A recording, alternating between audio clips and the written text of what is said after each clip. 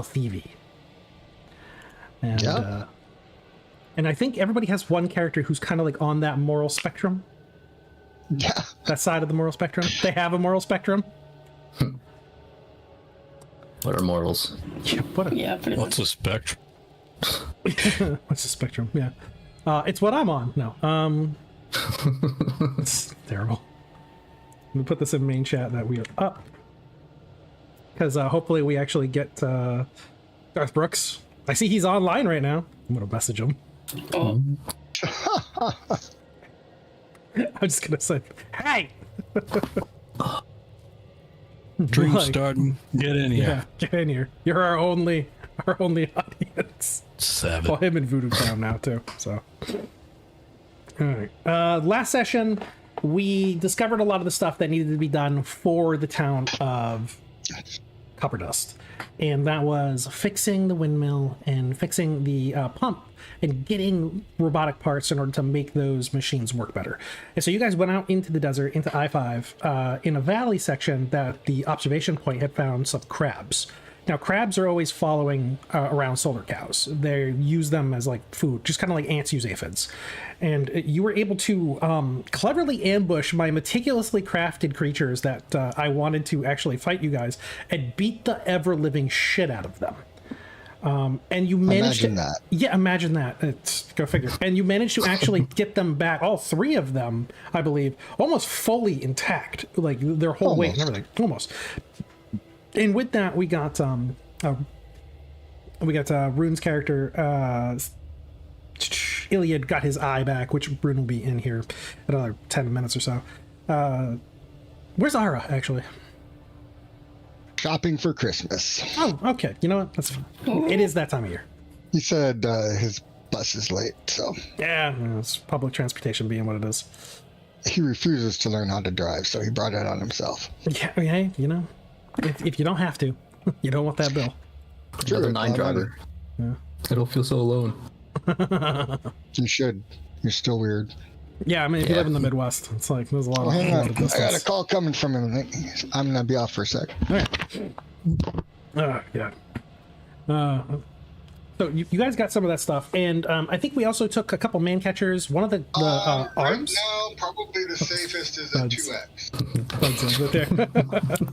Hold on. The safest is a 2X. Okay. Everybody point and laugh. I mean, that'd be me too. So. Yeah, work. I like it how work will come into me, and my boss looks at me. She's like, "Yeah, the double X." I'm like, "Thanks, boss." Pretty flexible. Appreciate dude, that. You know, so large you don't have fits. to freak Just like out, no. What you get? Hold on. Let's I'm gonna mute him. So, You gotta go past 4X. It's just a picture of a dinosaur. T-shirt. Where at it, yeah. let's okay, I muted him for the stream so that anything he says is gonna come through, so it doesn't get like locked in there. And just let me know So when he's that back. anything So I he can, says can and will be used against him. yeah, so in court. that doesn't happen. So you guys can hear him, but the stream can't. So just let me know when he's back, and I can unmute him. I think Rune's back. Oh, cool. So what was some of the other items we might have picked up? Because did anybody want the gun arm, the scatter gun? I think Because that can be turned into a weapon. I thought Iliad picked that up, but I could be wrong. Yeah, it just Well, requires some remember, we had the one scorpion or the one crab that we fully dissected. So every ounce of that was. Yeah, that was sent over to the machine shop to be used for everything else. But there's still a fully intact crab with a gun.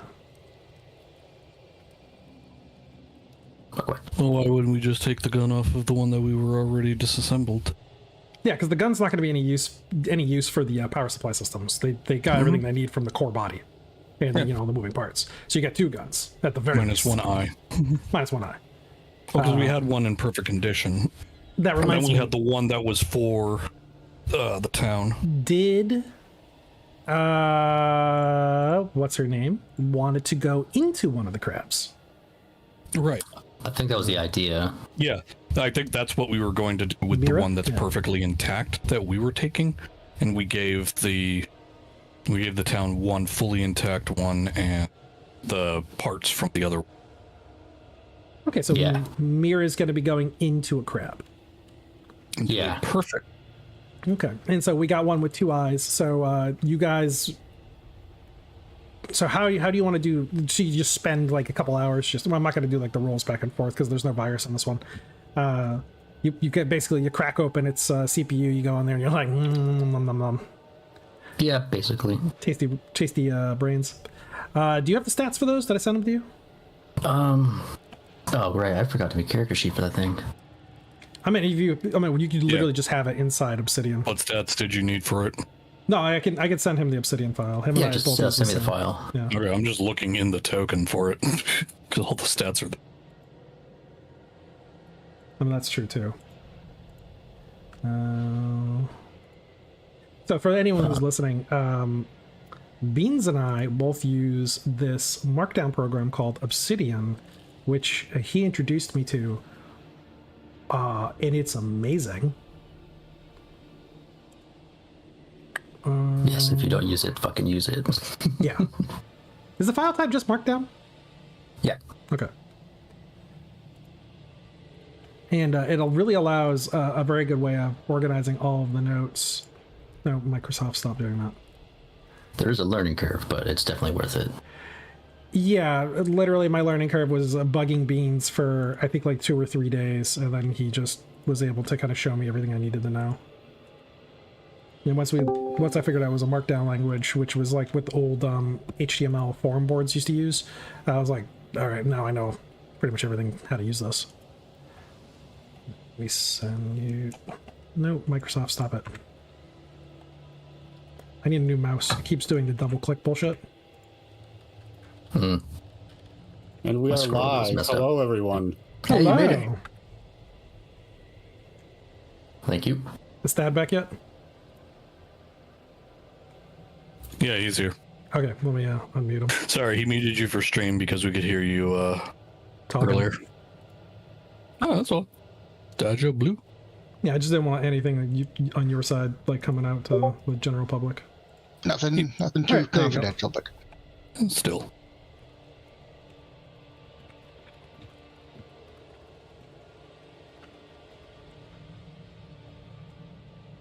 All right. That silence. I gotta hold the Darth Brooks. Are we? He's like, "What's up?" I was like, "Just shouting at you because of stream." So we are live. Yeah, we're live. Good. We were just talking about all the different things that came off the crabs, and so we got one of Mira's taking over one of them completely. That still gives us one gun. You took an eye for Iliad, and Yes. we have a crab claw still left. Well, we basically have a body with a crab claw, and it kind of gives Mira the ability to go dual guns. Ooh. Kadoosh, kadoosh, kadoosh, kadoosh. Wait, by attaching another gun? Yeah, basically taking off the crushing claw and just having another gun. Right. The body doesn't have the hard points to accommodate another arm unless you do some serious robotics like alterations to it. Oh, I have an idea of what I want to do with the crab and that spare solar cow. Oh, is this the ass That's cannons sick, we were all man. talking about? Well, I was thinking about taking the solar parts and the battery charger and I think it was like the water sniffer, the nose, and putting it on the crab, so it can act as like a solar crab that can also detect water sources. Okay. The solar crab. Yeah, instead of a solar cow. Yay, Darth Brooks is on. Good. That could be for later though. Yeah, We can actually start the stream now. yeah, no, he has to be here. Remember, everyone who listens in, this stream is specifically for Darth Brooks. It's only the whole thing's only for him. It's too funny. All right. So with the other, basically the more militant side of the group has kind of like done their thing. Now we have the other side of the group that's more of like Blades in the Dark. You were having a discussion about possibly looting one of the caravans. So whoever had that idea, how are you going to organize that with the other characters that are more likely to participate in this activity? Because the loot you're going for was the ammunition. Yeah. I forgot to ask before the stream started about how we gotta go through with this, but my idea is probably Ray is just gonna kind of go around to people she thinks are a bit seedy and kind of see if they want in. That's so judgmental. Well, I mean, we don't have the D&D freaking thieves can't. You just kind of like throw a gang sign at somebody and they throw it back at you. it doesn't know gang signs, but yeah. I mean, yeah, she's watching Ronan there toss like 2 gold coins over to the beetles and get like 50 bullets, and her eye just twitches. Yeah, for trading in 2 solar cows for 200 bullets. Oh, Yeah, it So I doesn't. don't know what the exchange rate on a solar cow is, but It doesn't seem like the beetles have a really good sense of the value of the coinage. Oh, okay. clearly not. they like the shiny bits. That's the important thing. So is Connor around? Around at the Yeah, carts? he wasn't. He's close by. I'll say he's close by. He wasn't talking to him, but he's definitely within eye shot. Right. So yeah, she's gonna turn over to Connor or whatever and kind of like wave him over and be like, "Can you fucking believe these beetles?" As Connor approaches, he shakes his head like, "No, I cannot believe these beetles. What's going on?" Well, I'm thinking something here. You said you want to go home, right? Eventually, he says as he kind of glares over at Roos and Kit. And your lady over there, so you're want to make some money, huh? Well, I wouldn't call her exactly, my lady, but we're friends, and Sure, whatever, man. Anyways, I think I might be able to help you. In return, do you want to help me? how are you able to help me? Connor will cock an eyebrow. I'll fill you in on the details later.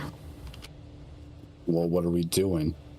I want you, for today and tonight, to just watch the Beatles.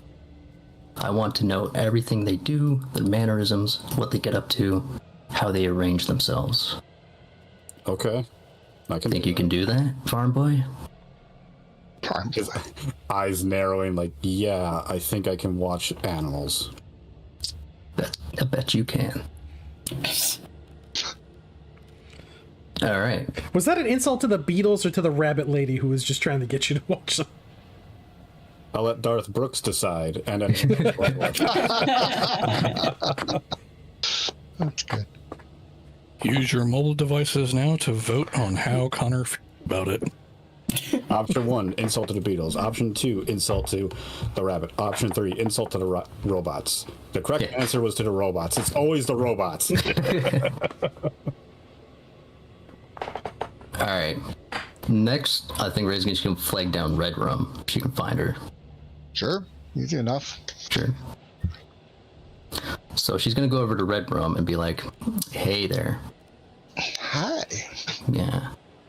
What's up? So, you know that a favor I gave you about bringing you up here, not making you pay for anything? That was a good favor, sure. How about repaying the favor for me? Well, honey, I'm just saying you're not really my type. I mean, I like you, but We'll talk about that later, but that's not what I had in mind. oh, okay.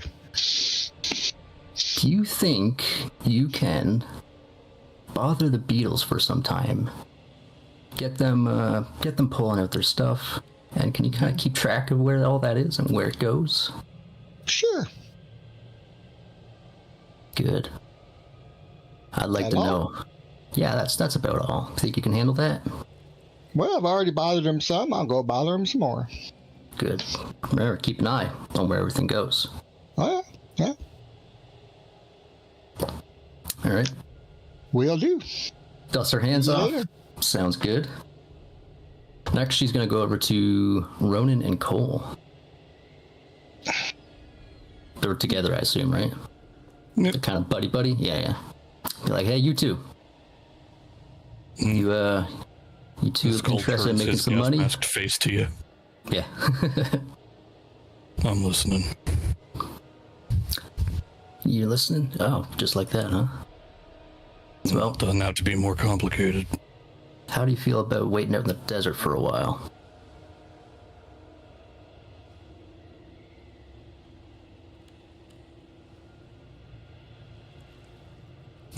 What do you need? That's about it. I'll have more details later, but it involves you just waiting, staying put for a bit. All right. Toss You're on out a board? map. How far? I'd probably say maybe like. Let me check the map. How far? So there's a watchtower that kind of watches over the area, right? Tim? Yeah, there's a watchtower in I-5. I-5 it was. Yeah, it's an overview, so they can't make out like super good details, but they can see things moving around. They have binoculars. All right. I'd probably say about maybe 20 kilometers outside of town. Which will kind of point down off to the road down towards the crossroads. Go look at it. Look in the distance for the direction. Yeah, I could manage that. Sound good? All right. Ronan just blinks. You in, Orange Buddy? Nods head. Good. I think... When you looking at us heading that way? When you want us to go? About 2 days. 2 days, meet out there? Okay. Yeah, but don't leave until 2 days. Good God, Gotcha. be out there for a while, yeah. Next, she's gonna go find Kit and Roos.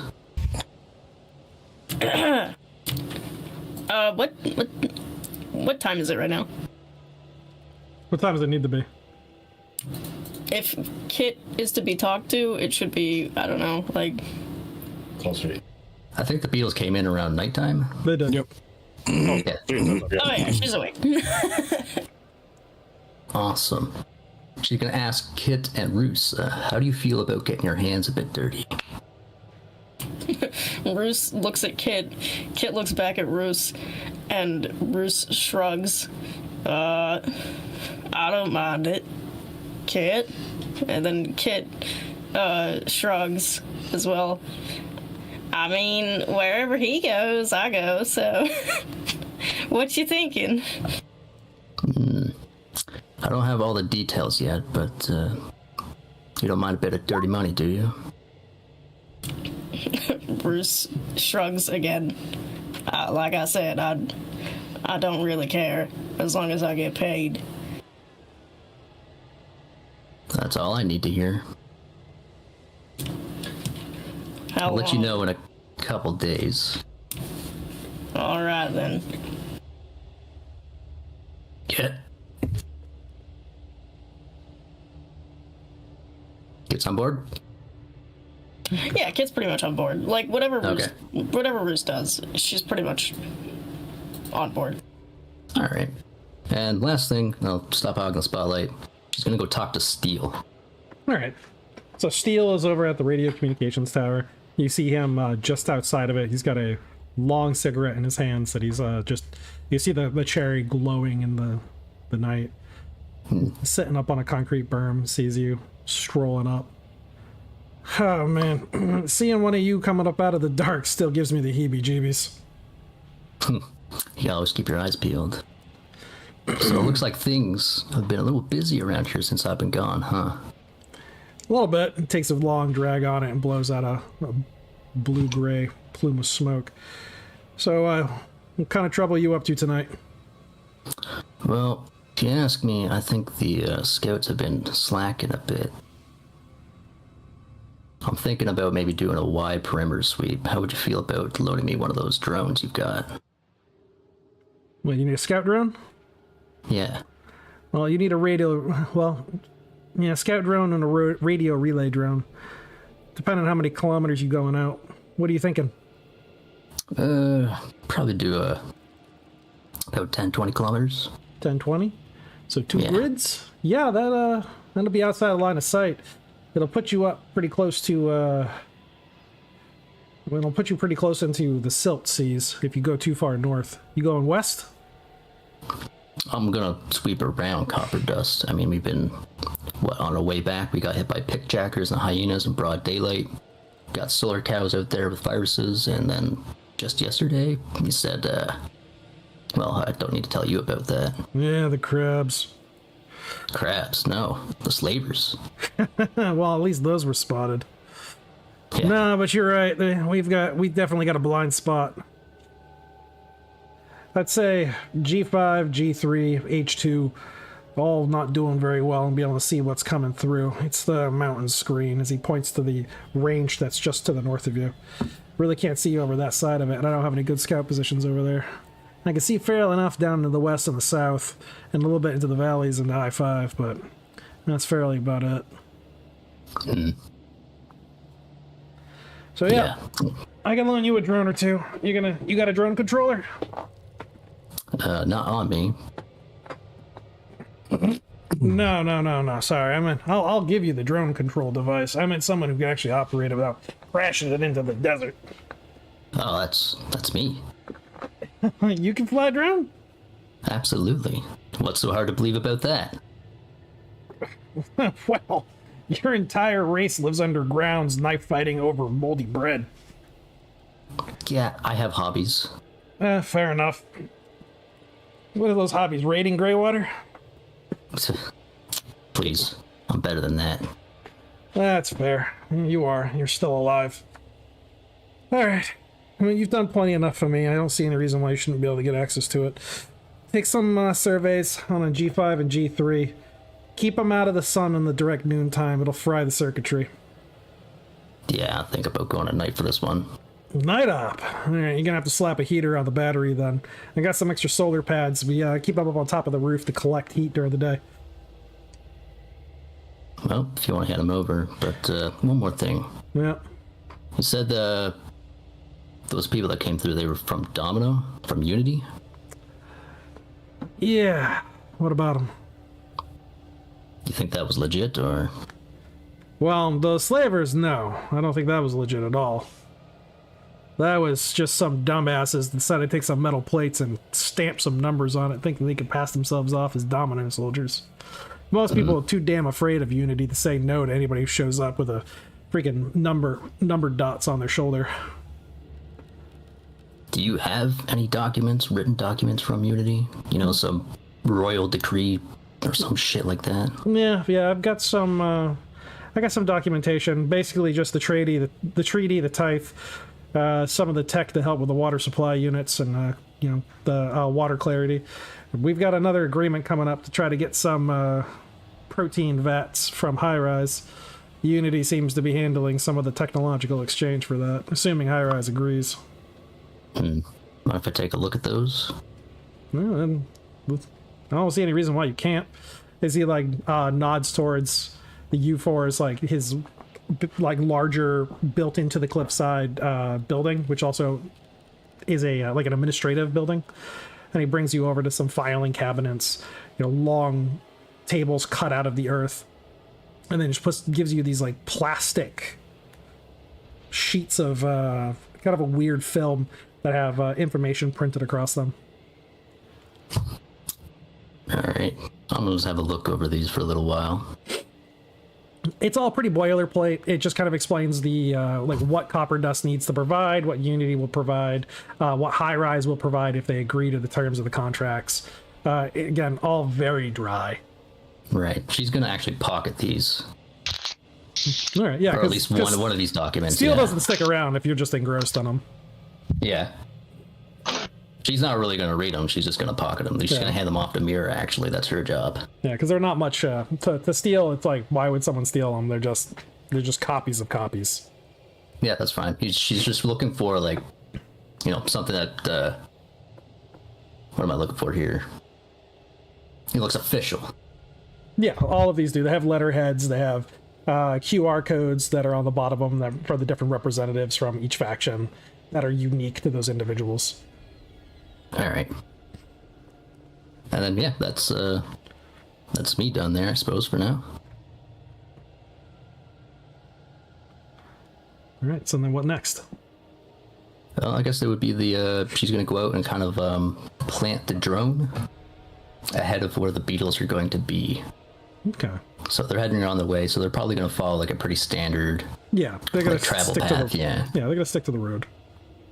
So Ray's going to go ahead, she's going to do a little bit of kind of like reconnaissance around, make sure like she's keeping up her end of the deal. But it's mostly she's going to end up planting that drone out there in advance. Oh wait, sorry. There was one last thing. She's going to actually bring it over to Mira so she can pre-program a couple of things into the drone. Now you're fortunate because you can move around at nighttime fairly easily. You have fur. Because the temperature plunges to under 0 degrees Celsius at night. There is just no humidity to hold the heat, and it just becomes a freezer box. So frost, what humidity is there begins to appear like frost that crystallizes across the dune hills, and it looks like just like a sparkling snow that's covering from one dune to the next. And each time you press down to the ground, you send up like a little plume of vapor up in your path. And you plant down your drone, slap a solar pad on it, a heat pad on it, so that the battery won't freeze up. She's got that solar blanket too. Yeah, she does. Yeah. Yeah, you got a thermal blanket, a thermal cloak. Yeah, sorry, the thermal cloak. Yeah, it keeps you warm at nighttime and keeps that sun off you during the day. All right, so that's planted and ready to go. It's got a range of, I think, 10 kilometers for radio relay. That'll be good enough. Okay. And it's out there. What are you gonna do? After all that, she's gonna bring back the documents to Mira. Mira has the forgery skill, but so I'm kind of curious about this. So the digital beings, they can give like a skill point to a person for like using it.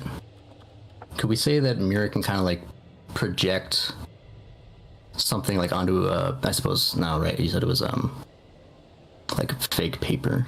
Yeah, it's plastic. Like a plastic paper. Yeah, it's a polymer.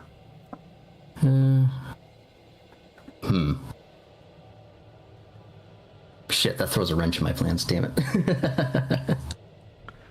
It's fairly thin. I was gonna have her basically make like a fake document. They make put on those. the drone. They can make them here. They can make them here? Yeah. Again, it's a thin polymer structure that's made out of like synthetics, so oils, and it's just printed into a thin sheet of like a microfiche film, and it just has printed documentation on it. They're fairly flimsy. If you cut them or nip them, they can tear apart very easily, but otherwise they're quite durable. Okay. And the they plan have then really was to make a fake document that kind of looks official for stop and search. Yeah, you'll just have to. They have a security passcode on the machine that's their operating machine that they have inside the administrative building. You just have to hack it. Getting the crab in there might be a bit difficult. The crab's not too wide. Oh no, right? Yeah, it's smaller than I thought. It's just heavy, isn't it? Yeah, it's just heavy as hell. Okay, so what kind of hack would they have to do on that?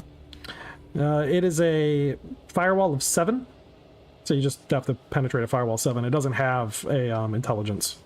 Oh, okay, so we could just you just succeed and it skip over dies. that. Yeah. All right. So getting a document like that written up, you can attach it to the drone and then take it out back to the desert. Right. And then day after, everybody's kind of like after Connor's done his thing and Red Rum's done their thing, gonna get the gang together, kind of like lay out the plan. All right. So I'm gonna. So as Rhea's got that group, I'm gonna split over to Iliad. You got your new eye. Yes. Who was installing it? I believe Iliad can. He has Yeah. robotics too, and he has the tools. Doing his own surgery. Yeah. Unless it seems like everyone else is busy, so yeah, he would. Not every character is. I mean, some of them are. About half of them. Well, more than half. Does anybody else have robotics or electronics tech? Yeah. Mira does. Mira can help. I guess in between, like, you know, their planning, because I'm assuming they'd be, you know, not keen to let Iliad in on what's going on here. Yes, there's a detail I forgot. Mira is going to be distracting Iliad and Cinder, well, for the duration of this. Okay. Be very easy. I do remember Iliad does have a fondness for Mira, so he will allow her to help implant the eyeball. I also feel like Cinder, you have a pretty good relationship with Steel, right? Oh no, we lost him. I'm so sorry. I talked for too long. Sorry, I had my mic muted. Yeah, he's pretty buddy with Steel. So Steel would definitely try to track you down, like, hey, buddy. Mm-hmm. I made a still. Really? Yeah, some of that algae proteins that aren't always like suitable for normal consumption. I fermented them. Want to try it out? I mean, I might make you blind if you're not tough enough. Yeah, I'm gonna pass on that. Oh, come on. It'll be fine. Just a couple, just a The couple body shots. is a temple. Yeah, and you have to like bless it with holy sacrament. Side question: is there any capacity with Android to like take something in and try to remain Oh yeah, discreet? yeah. You can definitely drink and eat. You just have to expel it Yeah, at a later it goes point. into like a storage Yeah, exactly. spot or something. Yeah, so you could be social and blend in with groups of people. All right, well then I will give in and say, all right, you've convinced me. All right, cool. Yeah, because Steel has no idea that you're synthetic. Right, I'm still trying to remain covert on that. Yeah. Except for very few. And so he literally like brings you back to a still that he's built behind the algae tanks. He's got like a smaller tank that he's built up. It's quite advanced. Like he has sterilized copper structures. He has a whole little Bunsen burner set up for heat and like moisture trapping, and then a condenser in order to like recapture the fluid. And so he hands you this small clear glass container with a fairly clear liquid without very little sediment inside of it. He's like, this is a 6th distillation. Some of the best stuff I've been able to make. Wow. Pretty good for disinfecting wounds, if I do say so myself. Cheers. Well, as he holds all up right. the little glass and presents the tap to you. So Tim, a little aside. I don't know if you remember that Cinder actually has super sensitive taste. Yeah. Yeah, because he can a like really good. detect water and radiation by tasting. Yeah, tasting the air. Yeah, he can find water. Yeah. So I don't know how that's gonna interact, but he I would like to say bottoms that up. it's almost like you're a sommelier when it comes to things like this. Like you sure. you could break down spices, really identify like where like the quality and make of something. You're the kind of person that literally can eat a meal and then recreate it when you get home. Sure. I know exactly what proportions were used in that. Yeah, exactly. It's something I'm super jealous. My wife can do that. She can go to any restaurant, Oh, she can sure. taste something, and she'd be like, "Oh, I know how to make this." And we get home, and she makes it better. And then she ruins restaurants for me. That's awesome. Yeah, it really is. So it's not good. The quality is quite low. I mean, it is more. It is more of a purified alcohol than it is any kind of flavor. I mean, you detect some green, like, okay, some vegetable flavor. And the closest association you have of your big data banks is like a really poorly made vodka. Okay. And it's like, yeah, all right, you could boil someone's eyes out with this. And you could definitely disinfect the wound, but he needs to take the distillation down a little bit. He needs to work on the purification. Yep, and I talked to him about that, and mentioned that he had seen Rum pick up some new strands of algae, and maybe working with her, you could develop a little bit more taste to it. I mean, it's got a nice kick. Don't get me wrong, but a lot of people would like a little taste with their kick. He's already red-eyed, and his face is already starting. You get the traces around the nose and around the mouth of that redness and a little bit of swelling as the alcohol's hitting him. And he's like, "Yeah, a little bit more taste." Whew! No, you're fairly certain you could light fire from his breath. Oh no! I was like, "Yeah, I can see that. Maybe, you think maybe something with a higher sugar content?" Perhaps. Yeah. Again, I'm not so good at that kind of stuff, but from what I understand, Rum is, so maybe consult her. Yeah, I'll hit her up.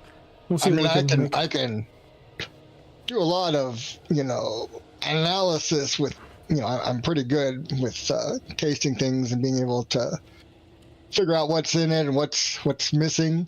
But she's more of the blender of flavors than I am. Well, that's good to know. So, I got another motive bringing you back here. Oh, yeah?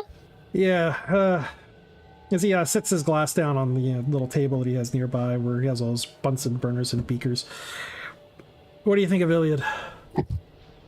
What do you mean what I think of him? He's fine.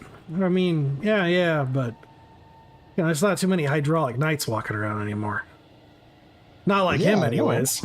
I mean, he's walking around like it's still the olden days. Yeah, is there a problem with that? I mean, maybe not. He's a relic.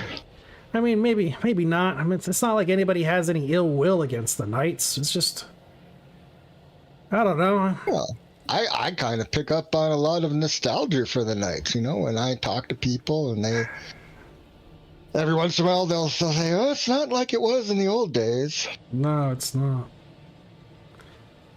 I mean, with Unity being as strong as it is now, especially after the war, I don't know. It's the Lisa virus, man. It's out there now, and all the robots keep getting it, and it's just not much we could do to contain it. And there's rumors. Yeah. There's rumors about how it got out. Some people say it was the Mecca that brought it. But That's then what I've always heard. Well, there's a growing silent minority who's kind of saying that the Knights might have set it off. Why would they do that? I don't know, man. Doesn't fit their MO. No, yeah, see, that's my kind of problem with it. It doesn't fit their MO at all. But at the same time, why would the Mecha unleash a virus that devastates their entire legion? I hear ya. But, from a little I can piece together, the Mecha itself is a virus, and it took over the machines in the old world to, so maybe it's their own virus gone bad. Yeah, I mean, it could be a mutant. I mean, can mutants happen to machines? I mean, why not? What? I mean, not in the traditional way, but I think software gets corrupted. I've talked enough to some folks with that kind of techie stuff that. Well, I mean, I guess 86 exists, right? I mean, they're a bunch of robot rebels sitting over there in their little shithole in the mountains. Yep. Well, I suppose I still don't quite get what your concern is. So can you be a little more clear? He seems strange. Well, he is strange. I mean, there's no law against being strange. Well, fuck, as if we had laws. I mean, you know what I mean. He's just, I don't know. I can't put my finger on it. I'm not worried that he's going to do something wrong or he's going to be trouble for the town. I wouldn't have let him in if I thought. I'm more concerned. I'm concerned for him. I don't want to see him. Oh, I don't want to see him going down that road of trying to challenge some big beast out in the middle of the desert like the old days, like they used to do on their stupid quests, and getting himself killed. Have you ever heard the really, really old story of Don Quixote? But like in the history films? Yeah.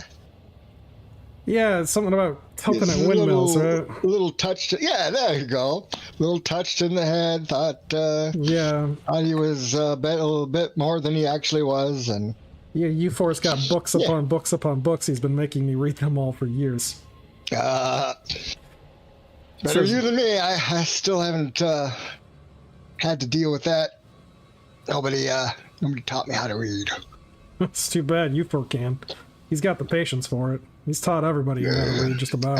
I'm not volunteering. That's fine. I understand. He's a bit creepy.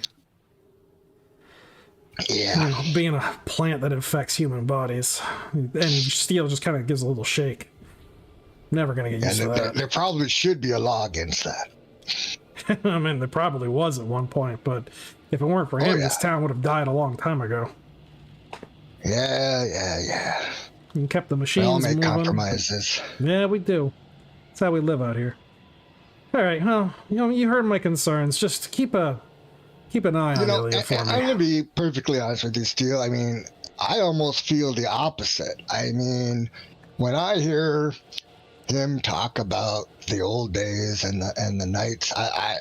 To me, that feels like something we need to encourage and bring back and push back at this fucking unity thing. I mean, I don't really understand how you guys got roped in with them, because they're nothing but bad.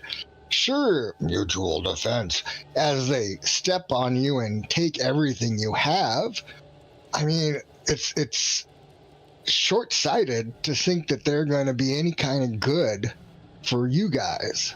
So, like, Steele is holding his glass and he's like leaning up against the table and he's looking at it, and there's complex emotions going across his face. He's processing a lot right now. You can see, like, in this old soldier's like body and his characteristics, there's shame mixed with a bit of pride and some defiance.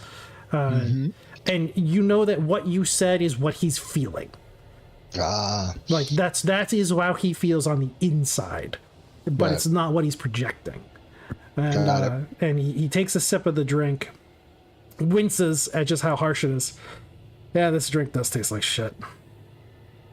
Just another reminder, Tim, that I can also taste emotions. That's good. Yeah, so again, you would taste those things then, those pheromones as they're coming out. And he doesn't say them. He just says, like, yeah, this drink does taste like shit. I can taste lies too, so if he lies to me, let me know. Good, will do. I gotta put a note of that in your documentation for your character, so when I pull them up before a session, I can reread it, remind myself. I'm trying to imagine how he goes about it. He must, like, just kind of flick his tongue out every once in a while to taste it. He's probably mimicking breathing. Yeah. So that's just it. He's just breathing. He's doing the breathing motion. Yep. And this drink does taste like shit. I told you. All right, I'll see about getting something. I don't know, maybe citrusy. When was the last time I had something citrus? Daily, you got the algae that you guys have been eating is citrusy. Yeah, I mean something real citrus, like an orange. Real citrus. What are you smoking, dude? Nothing good and only rot. And if there was something citrus around, it'd probably be walking and talking on its own. Ronan. Oh my god. Yep, exactly. Where is he? He's from Hiyaki? I think that's what he said, yeah. Or Said? somebody said. You mean he pumpkined?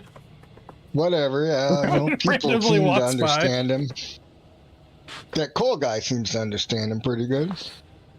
That's fine. And those people weird me out, but I mean they're good for the area. I mean they did make the green wall before it burned down, and then the deadwoods. That's another thing we ought to be bringing back. Turn the deadwoods into the greenwoods again. Hell yeah. I mean, I don't think it'd be easy, but somebody ought to be trying at least. I don't hear or see anybody even trying to do it. No, you're right. Unity's not interested in it. Well, that's the thing. Unity is kind of messed, and, we don't want to rely on them. We want to start initiatives to say, hey, how can we do this without them? And you could taste the doubt coming from him as he's processing some more emotions he's going through in his head. Yeah, Unity. Change us to suit the land. That's their motto. Yeah. So if we're going to remain our independent, proud selves, we gotta be innovative and not just wait for them to come down and take everything that makes us ourselves. Conformity or rugged individualism. That's what the Knights gave us. How much have they already taken for able-bodied folks to be in their forces? About a third. Last count. Mostly young men. Yeah. Good crop of the women. You get my drift here? That's almost a death blow by itself, and you guys are getting by, but just... I mean, you're right. I mean, they helped us get the water supply back up and running again, so we didn't need the manpower anymore, but... I mean, without the people, without the young ones, who's going to be having kids? Right? I know, like I said, they've almost, dealt you a death blow as it is, and you're going to keep giving? I guess that's kind of the problem with you four. He thinks too long term, can't see things in the short.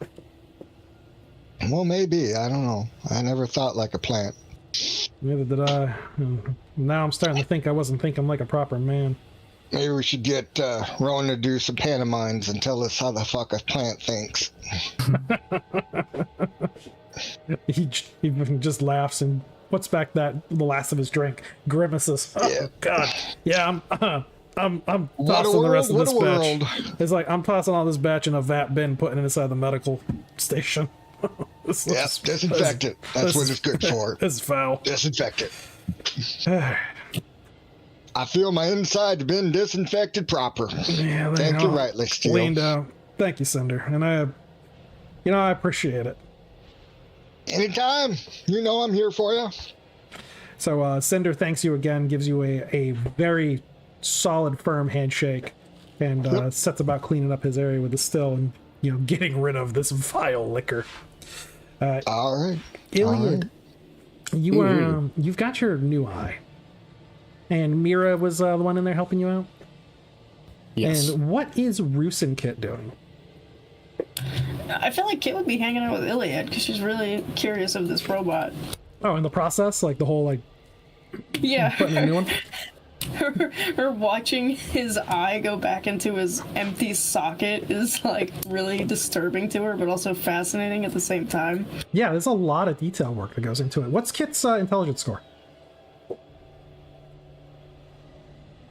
She has a 22, so she's not that smart. Yeah, she's on the lower end of average, but it doesn't mean she's not stupid. She can see something and make she can extrapolate information. Right, yeah. So you're watching the whole process of the magic smoke being connected back together. So Iliad, you got your tools out. Mira, how are you helping him with the operation? You and Crab? Probably not going to be much help there. Does the crab have any hollow projector capabilities? Let's take a look at the crab. I don't believe it did. Sand crab, warrior, rank 1.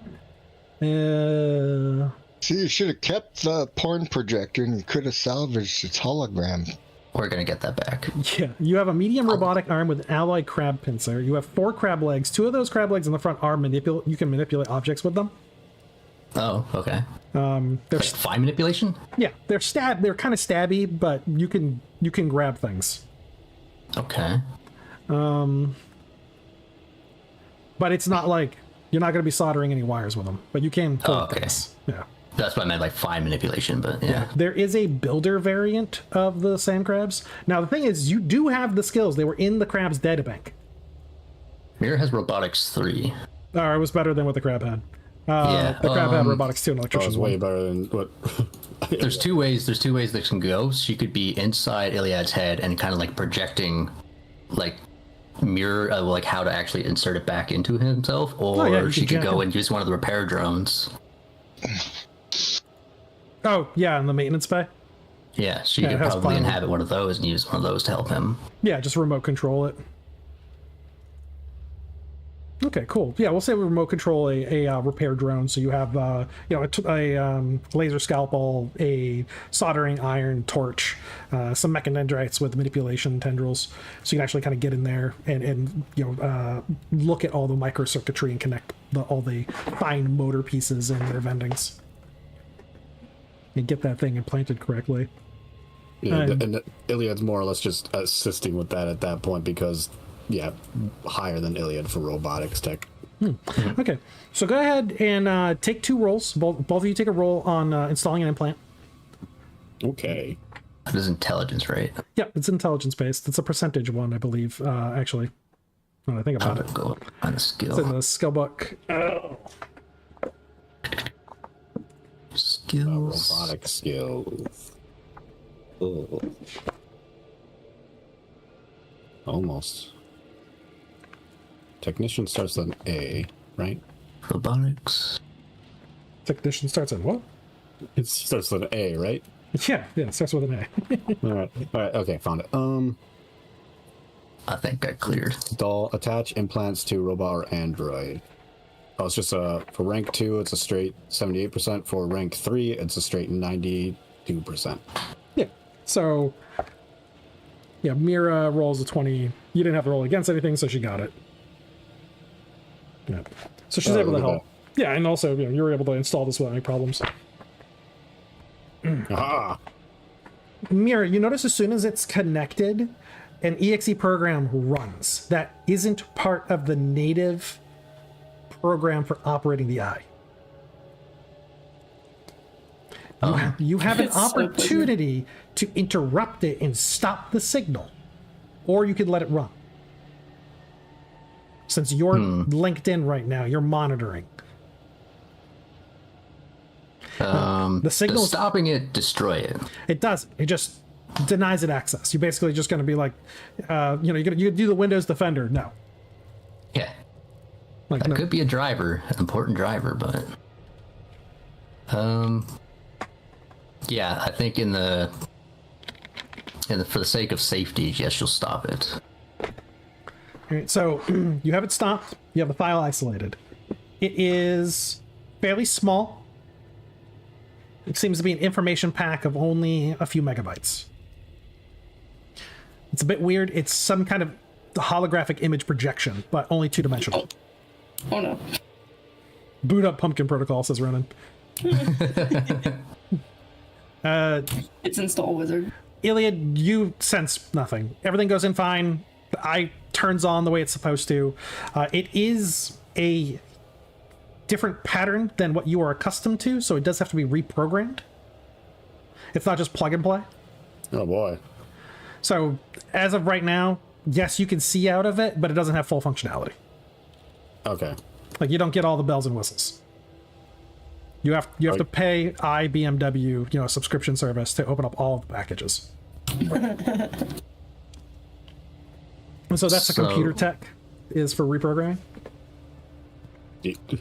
I'd hate to overstep my bounds here, Mira, but do you think you could potentially jailbreak this so I can use this eye properly? I think so. I've been reviewing the logs from my last hacking attempt, and I believe I made some upgrades. Perfect. I have full faith in you. She does actually, by having robotics 3, have 1 point computer technician now. Okay.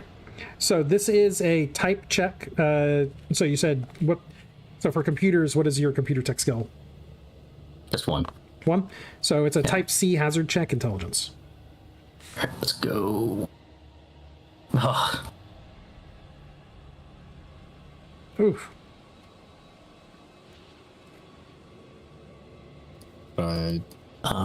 type C, I think. Hang on, let me pull up hazards. That's the wrong one. Intelligence 35, 66 or less. Dang, Damn. that's not gonna work. Okay. It just, again, pretty- the failure does not mean destruction. It just means, like, it's going to take a day. Yeah, Mira is not a good IT specialist. And also, you got to use the skill, so there's a chance when you level up, you can actually, level it. But you're made of IT. Yeah, Right? God. I mean, she's a great file explorer, but for everything else, completely useless. Actually, I don't think I can level it up because it's just through the robotic skill. Yeah. True. Yeah. Windows Is that working Windows is better than running the to ad? an issue. Yeah, run Windows repair. Safe mode, safe mode. Safe mode. Oh God! Why? So with that though, again, you can see out of it, but you have half perception for now out of that eye. Remember that Argo Okay. has pretty good computer tech, and he's a fuck ton smarter than you. He's got like a 68 int. That's fair. I want to ask about the little program that Mira pulled out. Now that she has computer ones, like, can she find out more about it somehow? She can isolate it and transfer it, run it inside a separate entity somewhere, so it's not going to infect Iliad. Okay. We'll probably do that for later then. All right, so she's basically got it isolated and just decides to store it in her own database. Yeah, just tuck it in her back pocket for now. It's like, yeah, what do we got here? Yeah. Well, that's a little interesting. Well, what's this? All right. I had actually totally forgot that Argo had a really high intelligence in computer tech. He was basically all tech skills, right? Yeah. Yeah, that's right. Oh. Remote access Trojan. Yeah. So after that, what is anyone going to do for this evening? You have the rest of the night in front of you. I can tell you that Argo is going to want to have taken that CPU that he and WTF were given and work on upgrading WTF with that. Okay, so we're also looking at a computer text check for that one, which is going to be reprogramming the CPU. Yeah.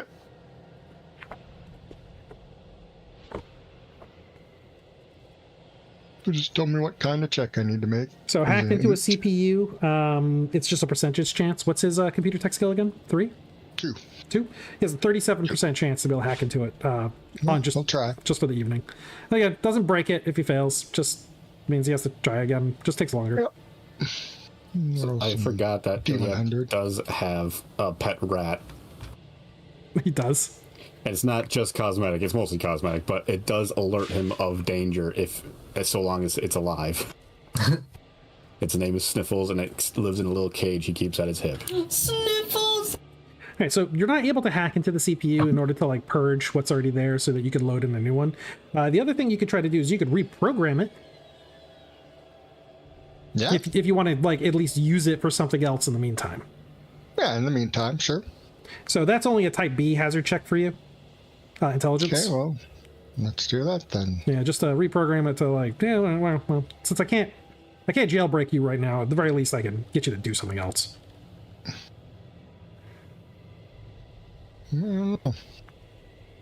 Type what?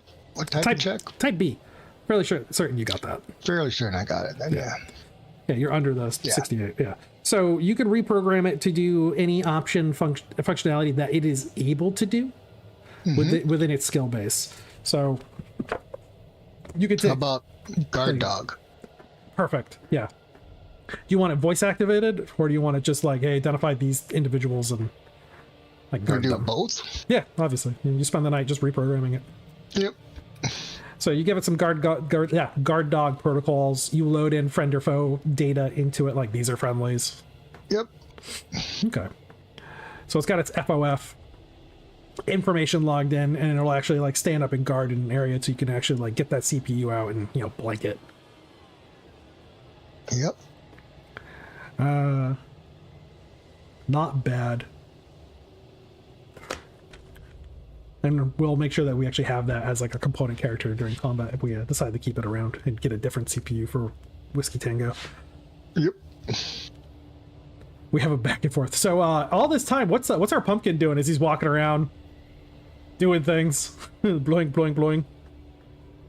Well, he vomited some pumpkin matter into the cage for Sniffles to eat. And now he's running off to go steal more of that crappy vodka. Does Ronan like the crappy vodka? Ronan likes to help. He's going to take the crappy vodka and bring it back to Theo, but he is going to bleed some of his nutrient to it. It is a very sweet syrup sap. Yeah. So Steele's so basically explain this scenario. Like, where do you find Steele? It's gonna walk around and look for him. Okay, so Steele's at his normal area by the radio tent or the radio shack, and he's radio shack. The place is closed down for years. He's gonna be standing there looking. He's got a cigarette. He's smoking it, and he just sees you kind of like moseying up, the weird plant vegetable horror that you are, holding a big old jug of his liquor. Put it down on the ground in front of him. Takes a small vine of his, breaks it off, and just starts bleeding the nutrient into it. Oh shit, Ronan, what are you doing? Just sits there. No, don't. What are you? Oh, come on. Hands the jug. Ronan basically like taps out the ash on the end of his cigarette, puts it down on a railing nearby, and picks up the jug. Oh, did you bleed into this? Nods. Oh God, you like He looks at God. It's, Start making a drink motion. oh, absolutely not. No, Ronan, I'm not drinking your goo. Reaches down to the hilt of his sword. Okay, Jesus. God, fucking plantoids get so easily offended. God, you know, I probably ate your children this morning. God, he like undoes the stopper, sniffs it, and then like Spits out a seed, hands it to him. no, I'm not. I was kidding. It was a joke and bad taste. Not. I don't want to taste you. Puts it back into his pumpkin through his eyeball. I'm never gonna get used to these things.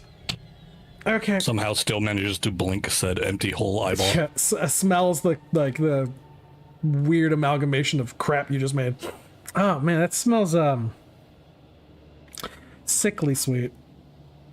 Okay, yep. Bottoms up, I guess.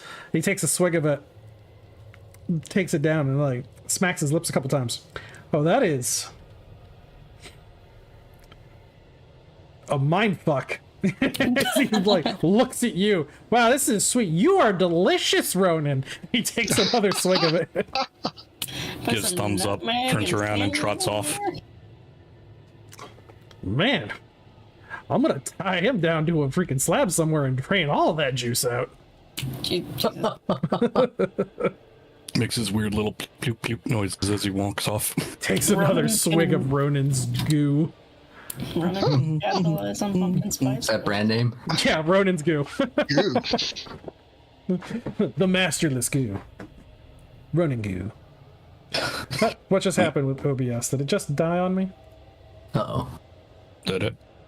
I don't know. It's not telling me if it's... It says it's recording the right thing. I still see the stream. Okay, yeah, should be good. Should be good. I just don't see the orange box that usually tells me that OBS is actually recording the right thing. If it helps any, the recording is still going with no issue. Okay. Don't touch it. It ain't broke. Don't fix it. Otherwise, Ronan just finds a random spot and flops down. Oh, you know, actually, I think Roll20 froze, actually. Yep, it did. Maybe for you, haha, run. Control F5. Yeah, I'm reloading a new web page. Everything is crashing. Please stand by. Technical difficulties. God damn it, Mirror. Yeah. Yeah, it looks like Internet Explorer just pooped itself.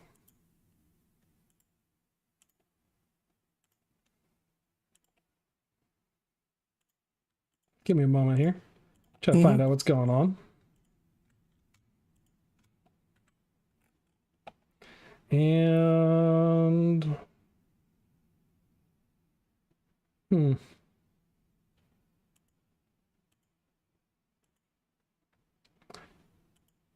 All right, everyone, roll play harder. Yeah, go ahead. Okay. Yeah, fine. What's happening next? Tim, does Rum have to do anything special to achieve her mission that was given by Rhea? I don't Which think was to, survey the products that the Beatles have. She just wants to window shop and she doesn't have to do any stealth. discuss with them what the value of different things are. I mean, she's got that barter skill, and so she'll engage in merchant talk. Because way back when, her dad was a merchant. So the Beatles love having people to talk to, humans especially. They're just, they don't have any malice in them that is or obfuscation. They're awful merchants. She notices this and tries to give them a few Pointers. tips. So what are some of the tips? Because they bring out some of their wares, like, oh, you want wares? Yes. Oh. And they like literally roll some stuff out on their sleds that they have. And they're just showing you odds and ends, bits and pieces, baubles, things that they think are interesting, but people probably aren't gonna purchase. So here's her advice. She says, the key to being good merchants is you've got to know what they want. Don't just throw anything at them. figure out what it is they really want and dangle it in front of them and ask for more than you normally would because they really want that. And, you know, You have like a couple of the beetles around you, like, yes, they want. What do humans want? Humans, they want their children. Yes, we take their children. No. They'll kill you for that. We sell them more children. That's probably not a good thing too. But let me tell you, I like the algae that you brought, but more plants. We're hoping to make this place more hospitable for humans. And you know, you like poop. That's good for you. Yes, we don't eat poop. So trading, you know, it's good that you're willing to trade, but bringing us like, you know, different things like cactus. A cactus could potentially survive in this environment, but it can also be tasty, and we could potentially have another thing that we would enjoy eating that I could help, you know, create more options. I'm a cook, you have to understand. So I'm interested in ingredients for food. And since poop isn't on the menu, you can keep it. But we would like something better for ourselves, humans. We like to eat things.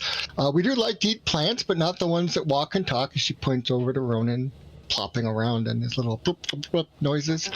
They're all like bobbing and agreeing with you. They're like, yes. They're just absorbing this information. Yep. So, you know, again, you got to know your customers. You got to know what they really want. You got to know how to present it.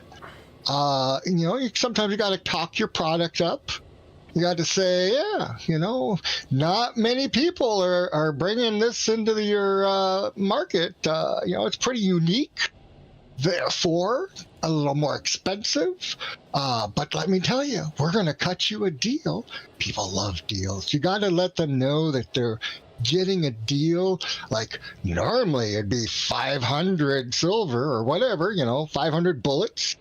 So but we're going to give it to you for 495. That's a deal. 5 less than normal. God, what's the way the human brain works? They just like that shit. Okay, so one of the things that the Beatles aren't great with is idioms. And so when you say cut them a deal, one of them pulls out its knife. It's like, so we cut them and we say deal. No. I misspoke. You're wrong. That's not how it's done. What we do want them to feel like they're getting a bargain. Do you understand what a bargain is? Yes, you get more for less. We know this. Yes. So if your customer feels like they're getting more, you know, than they normally would for what they're giving, they're going to like that, and they're going to come back and be a repeat customer. That's key. You want repeat customers.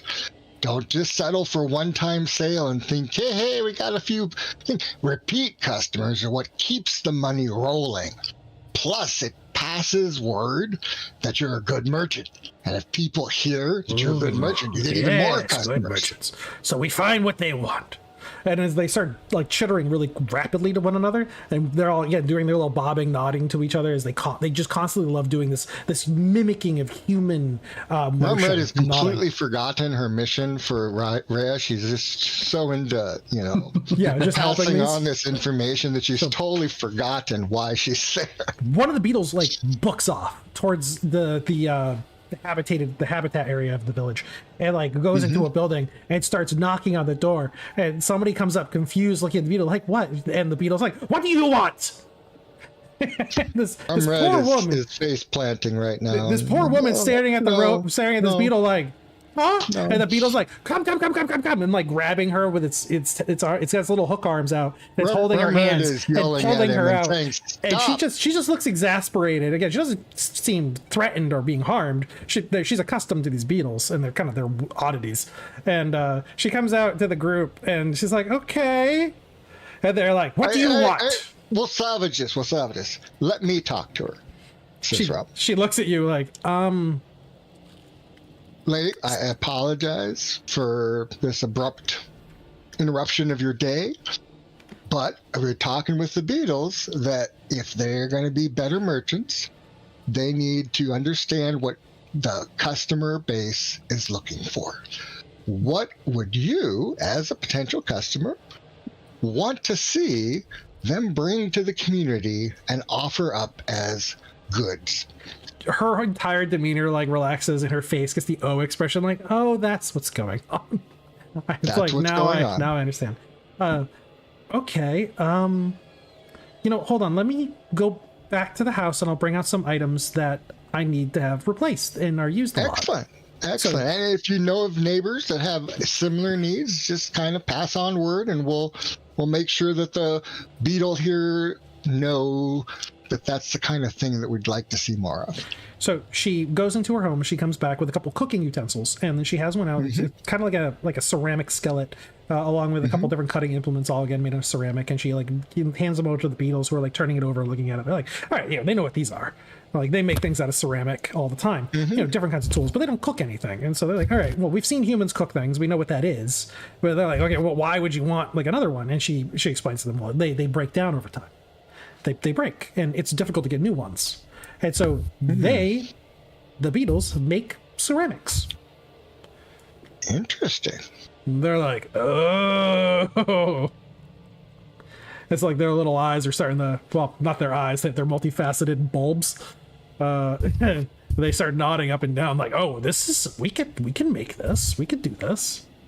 Yes, and crafted items are often a lot better than raw materials, because not everyone can craft.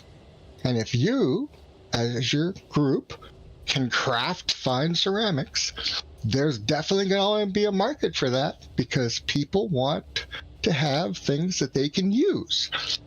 And, the lady does go like, just don't tell other humans how you make them. And she has that facial expression of like pained knowledge.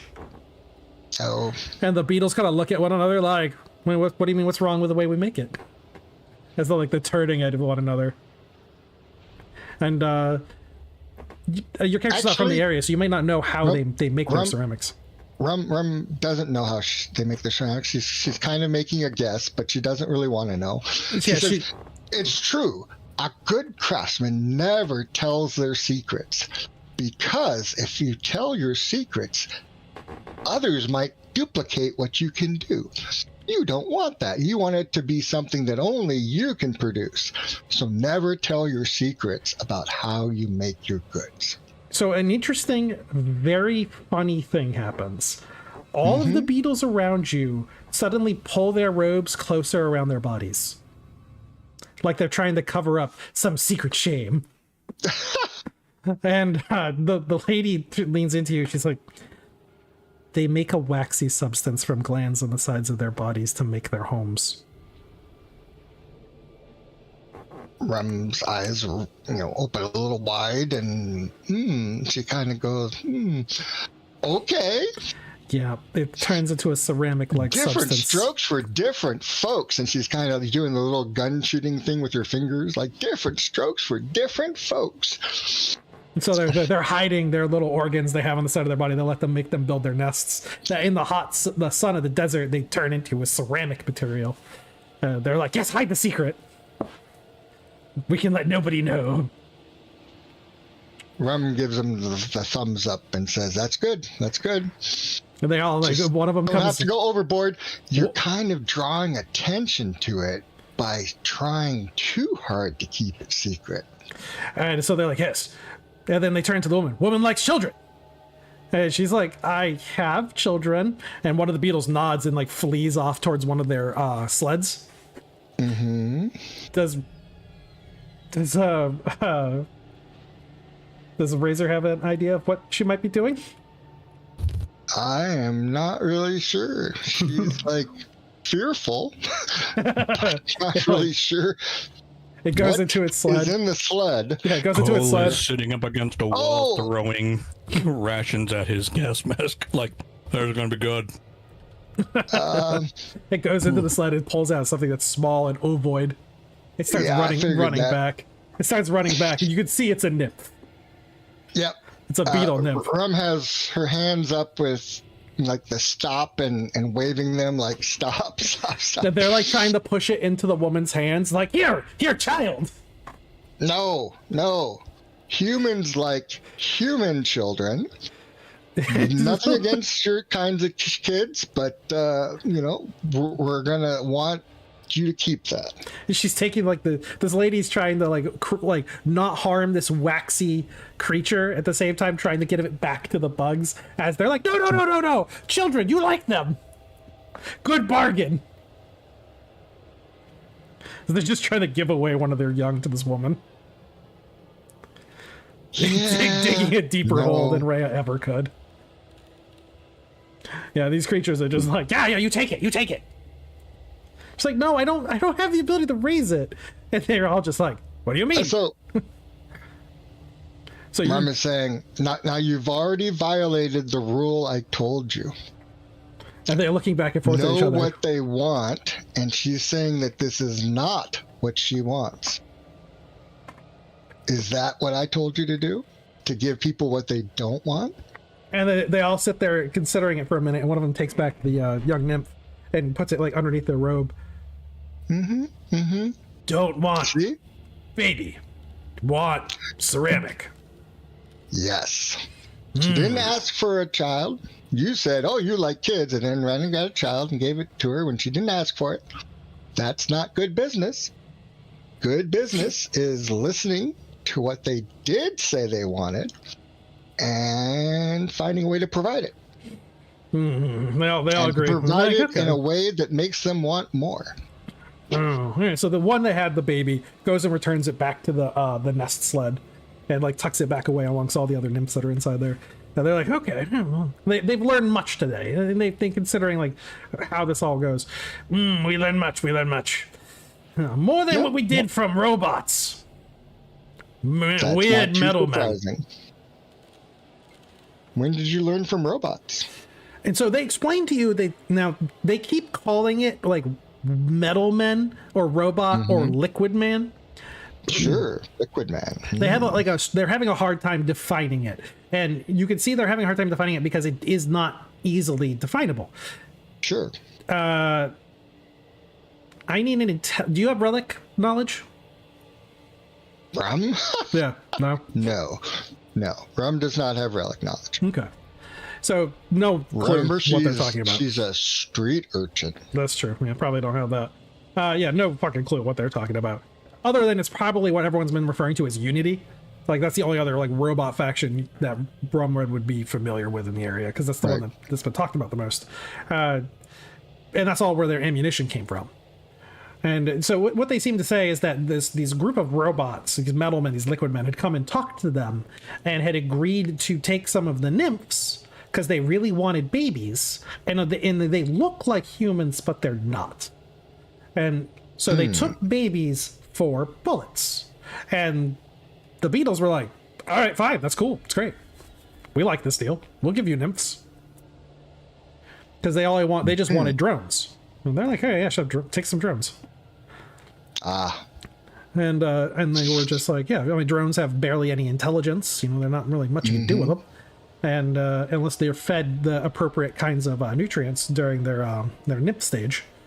And so for the most part, they're like, yeah, I mean, it's not a loss to them. They reproduce them as long as they have food. And so what you can see, this is kind of where their concept of like humans value children comes from. Right. And a lot of the equipment they have is they're like showing you all of their different wares are Unity made wares. They're all new age relics. So relics, like you've never seen anything like this before. It's new, but it has the look of a relic.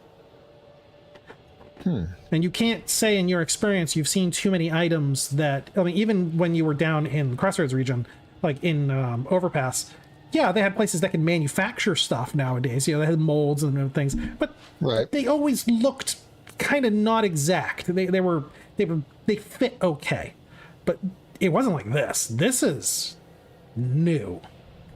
Okay. Also, a lot of materials you don't recognize. Like one of the boxes is lighter. It's made of some kind of fiber paper that you've never really seen before. Boxes are usually made of wood. And also, everything is inside these plastic crates that are set up in how do you describe? I'm trying to describe a pallet, basically. Sure, I hear you. Instead of just stacked on top of each other, they were loaded on these sleds on some kind of plastic pallet. And these pallets, again, this is not something you've ever seen before because no forklifts. So why would you need pallets? Right. And so the logistics and load lifting capabilities is actually kind of a big step when it comes to logistics control. And it's showing that Unity has this capability. So your character's smart enough to see that. They're like, all right, they had to have moved that there with something. And you'd be able to infer what that means. Yeah, she's thinking in her head about how do I exploit this knowledge to make money in the crossroads or something. Yeah. Because literally a lot of places are limited by storage capacity. You can't just keep stacking things on top of things. And so your footprint gets larger and larger and larger because you can't utilize the horizontal space. Or, no, vertical space. You can't utilize the vertical space. And that simple construction suddenly allows you to utilize a lot more vertical space. Yeah, she makes a note to herself to speak to Argo about this because she knows he's pretty good with mechanical stuff and say, hey, this is what I saw. What kind of gizmo could lift up a construction like that with boxes and crates on it to move it around? Because, wouldn't that be kind of handy to have? See if he can build one. Yeah, it would be a huge like move. a hand cart, not necessarily a full forklift. Yeah, of course. Yeah, a hand cart, something pneumatic. Yeah. Little hand truck. And there's plenty of things around here, robots that could be retrofitted to do that. Well, yeah, and I'm thinking there's robots with actual forklift components, so I'm sure that there could be a robotic forklift possible to be made. So from the bit that she's able to discover, I actually have this written down. Each of these sleds is carrying one box of Unity pattern battery cells. There's 10 sleds. And are these superior to the ad-lib batteries that we're seeing in the carbons, or is this the same kind of battery? These are superior. They're not going to blow up on you.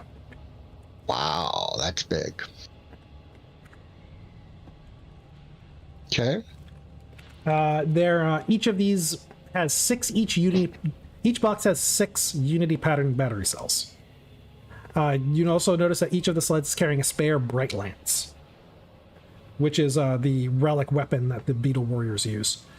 Each sled has 2 crates of ammo with 25 boxes with 50 rounds of pistol. 25 boxes, you said? Yep. So it's a lot. That is a lot. And then you have on top of that... And how many pieces of ammo in each box again? 50 rounds in each pistol ammo 50 box. rounds. And then 1 crate of rifle ammo with 10 boxes with 30 rounds per box. So they are walking around with a lot of ammunition. And how many rounds per box is the rifle again? 25? I just said and already forgot it. 30 rounds per box. 30 rounds per box. All right. Now these are 9mm and 5.56 ammunition, so you don't have any like heavy calibers like a 7.62 in there. So you got no high capacity rounds. And what do you want to like inspect any of the bullets? Because you guys bought some already. I don't know if you want to take a look at them or Yeah, I'm them. asking about are these really as good as other bullets? I mean, you never know with people producing things in high quantity. Sometimes quality control isn't there, and you end up having duds, which is the last thing you want in a battle. So physically, they look correct. You see a primer, you see a metal jacket that's made of, you assume to be brass, though it doesn't feel like brass. Like underneath your fingers, it just feels softer. Interesting. It's kind of a weird texture. It's like, what is this? This is not quite the same. The bullet seems right, though, the actual content of the bullet. And you haven't discharged any of them yet, so you can't really say if they do work. but they're not so the same. She is looking around and saying, Cinder! Trying to get his attention. And once she does, or if she has to send someone to go get him, she's like, I think you should test some of those bullets just to make sure they work properly. She pulls one out and she like is pointing to it, and then, this isn't brass. So when Cinder gets it in his hands and he has a good look at it, yeah, it's not brass. It's some other composite material, possibly a plastic polymer. Plastic polymer, that's different. So Cinder wants to set up like a target and then just pop off a few rounds to clearing barrel, to see if they seem to work just the way they should. Yeah, so just an area you probably notify some people, or you just like start popping off rounds in the middle of town. Yeah, I'll let people know. I'll tell Steel we're having to do a test on this Unity ammo. So he just let some people know, like, fire in the hole. Just like just say fire How in much the for hole. one of those Unity batteries? The beetles talk to each other for a minute, go back and forth, and they're like, they all shake their heads. No, those are for the bright lances. Can't part with any of them? And they were told like they're not supposed to trade those. Auroras won't let them trade them. Who? Auroras. Auroras. Who's Auroras? And then they like one of them does this again, a human motion of kind of like a full body wince, like we weren't supposed to say that. Oh, is he talking about the honey badger? Someone else. Where's Drogo? Yeah, We want Drogo. you want Where the fuck is champion? Drogo? He's up in I-5. Okay. Why? He was doing lookout. It was his rotation. Uh-oh. Likely story. Yeah. Avoiding combat. Coward. And so a couple of them, they're like, okay, they just don't want to talk about Horus. They're like, we can't say. Can't say.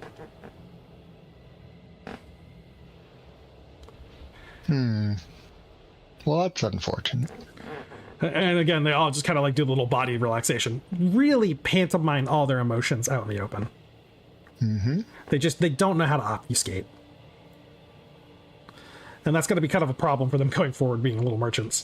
You got some of your information now, though. You've got your bullet. I imagine you test it out. Yep. It works fine.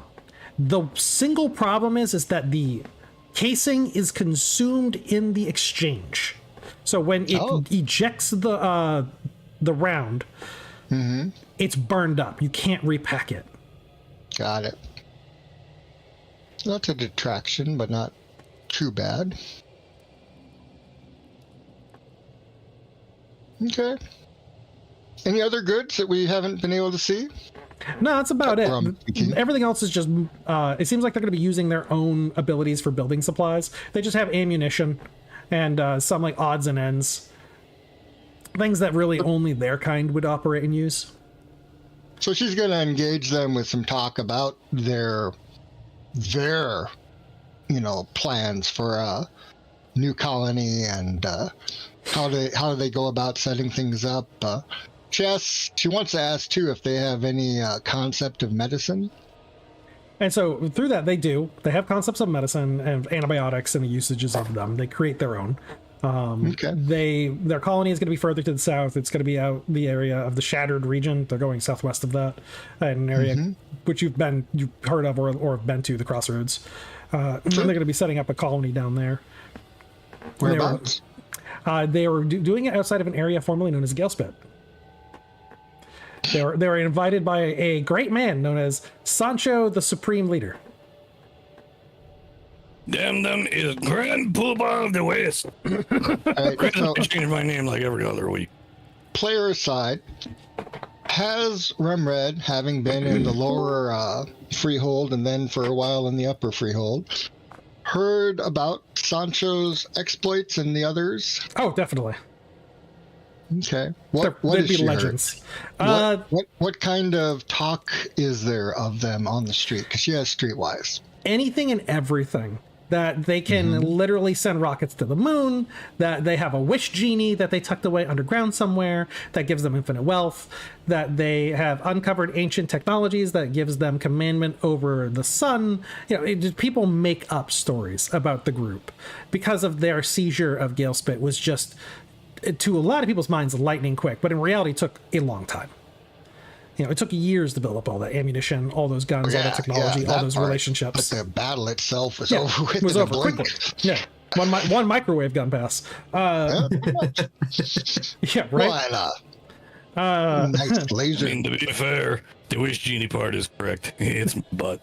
It's my butt. Yeah. But for the most part, anything that can be done by those people. And for the most part, they have ruled their section of the eastern border of the freeholds fairly and stoutly. They've been able to keep out hope. They've been able to keep out special interests from the ABO, which is the Association of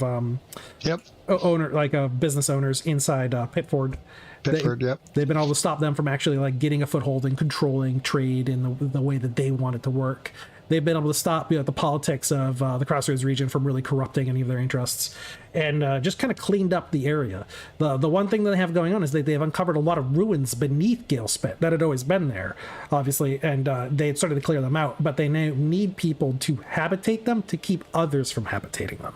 And so the Beatles have been invited to go down and build a warren. Which that makes sense. Yeah, it has the added effect that it keeps greenwalkers, moaners, skinners, for sure, pit junkers from populating those areas. Makes sense. So it brings in it's their own force that will be militant and peaceful as long as you give them poop. So Rum says, well, I hope that works out for you. I've heard lots of stories. I don't believe them. I think it sounds too good to be true. This world of ours, little fairy tales don't tend to be real. But best of luck to you. So with that, let's probably say if anybody doesn't need anything else for the nighttime, we'll move on to the morning of the next day. Yep. I was hoping I'd That's fine. Just see what Connor figures out. Yeah, Connor, what does he got? So his job was to observe the patterns of the beetles, see and just how they operate. And what he takes that as is mostly he's trying to figure out what aside those lances are ways they types of weapons and shift rotation mostly. So those bright lances, every single one of the beetles carries one around like a walking stick practically. They never don't have one in their hands. Well, their claws.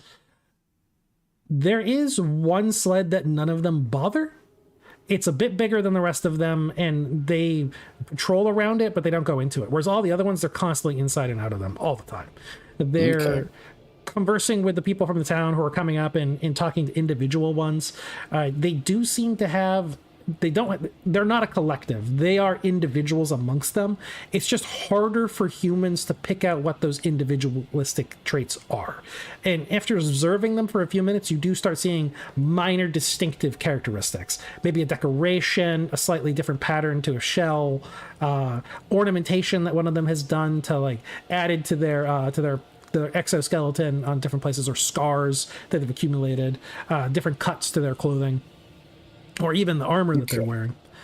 And they and all these things are pretty subtle, but numerous enough, and especially with their large multifaceted eyes, it's probably things that they're able to pick up easier to make distinction of each other, especially color.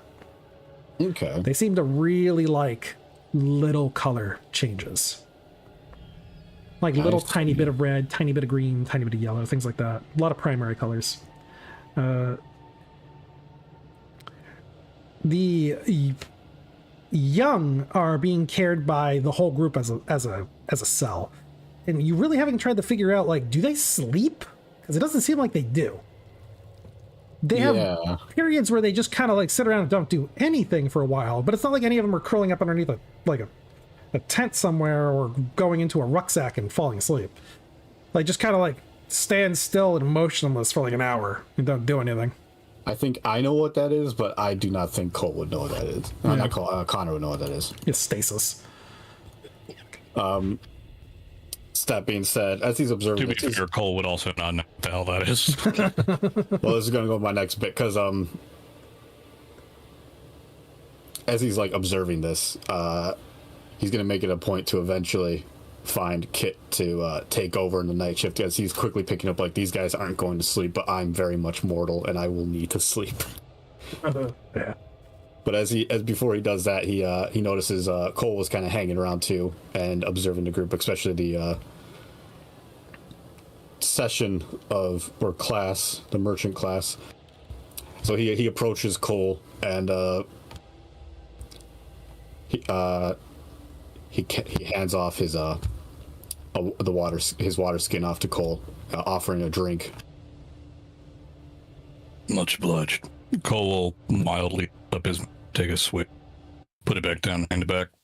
As Connor takes it back, he'll nod it to himself like, all right, well, definitely ain't a robot then. No. And you're Takes off his mask. Just a person. That's good. Puts it back on. You get in the mines long enough, you just like the feel of it on your skin. I heard you're from the mines, yeah. I'm just not sure where that was from again. Up north. Mm-hmm. All right, I see. How'd you pop a squat, kid? Don't mind if I do. Connor takes a seat next to Cole. He's just kind of pulling his thermal cloak a little closer. Just curious of some people here. That's understandable. Have you ever seen one of them? One of what? An android. He takes his helmet off, sets it down. When I understood, Rubs his head a bit. if I understood, They're mecha that look like people. yeah, not really. Some no. of them so real you can't even tell. So maybe that doesn't rule you out. Pulls his mask off and then just reaches a finger into one of the bullet holes and pulls out blood. It's a pretty easy way to tell, though. Jeez. Savage. Ignoring Kit's maniacal laughing in the background. Now I suppose so. pulls out his boot knife and plucks one more bead out. One. And go chuckles. I know, she's Now not I'm going laughing. mad over there. Now I'm doing it. I remember seeing one before when I was younger. It was with them Unity kids, and they had a few of them in tow. Some of them were obvious, you know, mecha that looked like a person, but you could clearly tell it was mecha. Some of them, though, we didn't know until there was a cave-in. Looked like a normal girl. Suddenly sparks flying at their head. All too familiar with line folk. I mean, who ain't in this world? But worries me how some real can look. Oh, yeah. A little note that I use as a metric. If it looks too real, like something about it just don't feel right in your gut, train your gun on it. Connor gives him a nod. Pretty sage advice. Meh. I like you, kid. Don't take shit from nobody. You guys observe something strange. That larger sled, there's some commotion over by it. There's a beetle who scurries over to it, and you get a flash of something shiny and golden inside of it. And it has a bowl of some kind that's steaming, and it passes it into it, and two hooked hands reach and pull it back in. Oh, well, that ain't normal. Gold. It's kind of hard to hide that color out here. Must be the big, important fella.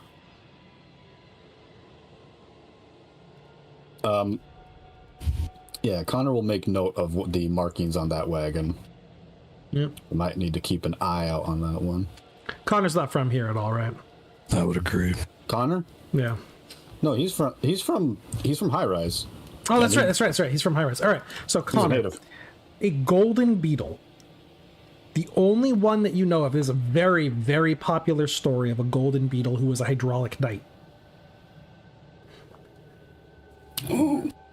His name was Oros. Right. Nobody knows what happened to him. He just disappeared one day. The rumor is he was killed by the beast called Gold Eater. Makes sense. Gets the name Gold Eater for killing a golden bug.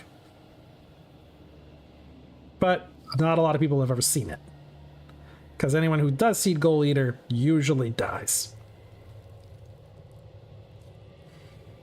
Well, either that's ours, or it's a pretender.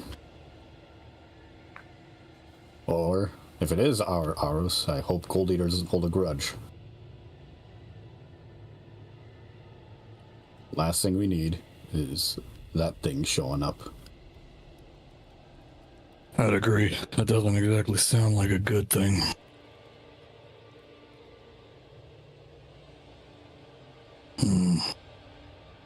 Now, stories about Is there Gold any Eater. distinction to the sleds? Yeah, but again, this one that is larger than the other ones.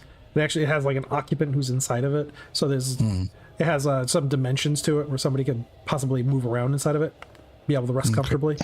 These creatures are about 2 meters in height, so it has to have some substantial size to it. Cole just wants to keep tabs on. Connor thinks for a moment and realizes, oh shit. If that is original Arus, that means there's a hydraulic knight with this caravan, and that could make this endeavor a little more dangerous. We have a hydraulic knight. We're not telling the hydraulic knight about our endeavor. You're not wrong, voice in my head. So, I'm gonna find. Well, shit. Did you see where the rabbit went? Do a quick look around. Can I see Rhea from here? By now she probably would have been off, like, planting the drone in there. She's not coming back until, like, morning. I don't see her yet. I'll keep an eye out for her. Get some sleep, kid. I plan to, but Just in case. don't She'll you probably be sleep? back by morning. Don't you sleep, guy? Yeah, I do. But I can stay up a little longer than you. Don't you need your growing sleep? Connor rolls his eyes and stands up. Oh, shut up. I don't sleep. Coughs out a bit. I'll be right back. No problem. Yeah, let Rhea know when she comes back. We gotta keep an eye out. We might have a hydraulic knight in the caravan. 10-4. I don't know what that means. And then he Connor walks off. You'll approach Kit really quick. Howdy. Hey, Kit, can we talk away for a second as he eyes Mira and Iliad? Iliad waving, but receives no reciprocation. She looks at Iliad and Mira and then shrugs. Well, okay. And then she gets up and follows wherever he takes her to. Alright, so I need you just to keep an eye on the beetles. I'm gonna try to get some sleep for whatever job Rhea has for us. Gonna try to be waking up a little earlier than everyone else. Just watch the beetles, see what they do, watch shift rotations, anything that might stick out of the ordinary, alright? Okay. Alright, Kit, no, pay attention to me, stop looking away. I need you to pay attention, and I need you to not draw attention to yourself. Why do you say that? No reason at all. All right, you have a good night, kid. Good night. Connor. And that'll be Connor's deal. Okay. Weird. Rhea, you've probably been fighting since the day you could hold a knife in your hand. Pretty damn close. So, we haven't gotten into it much, but the underwarrens that are beneath the high desert are a very dangerous place. Literally constant warfare down there between different beast-human tribes that are trying to eke out a living and really don't like one another. And these creatures use some of the most heinous tactics against one another. It's a dark place. It is a claustrophobic place. Most of the combat is at knife point because just ranged weapons, especially lasers, don't work down there very well. There's random heavy magnetic fields that cause the lasers to do funny things, and you just can't see. So any light source you have IDs you. Thermal locking vision is almost ubiquitous amongst most of the raiding groups, and it's just a nasty place to live. And because of it, Rhea, you have a sixth sense for when you're being watched, and you have that tingle. You've got the drone recorder in your hand, you have the relay device, you're looking at a screen from what the drone is currently showing you and the area that it's operating out of, and you feel that little tickle at the back of your mind, like a sniper's got his scope on you.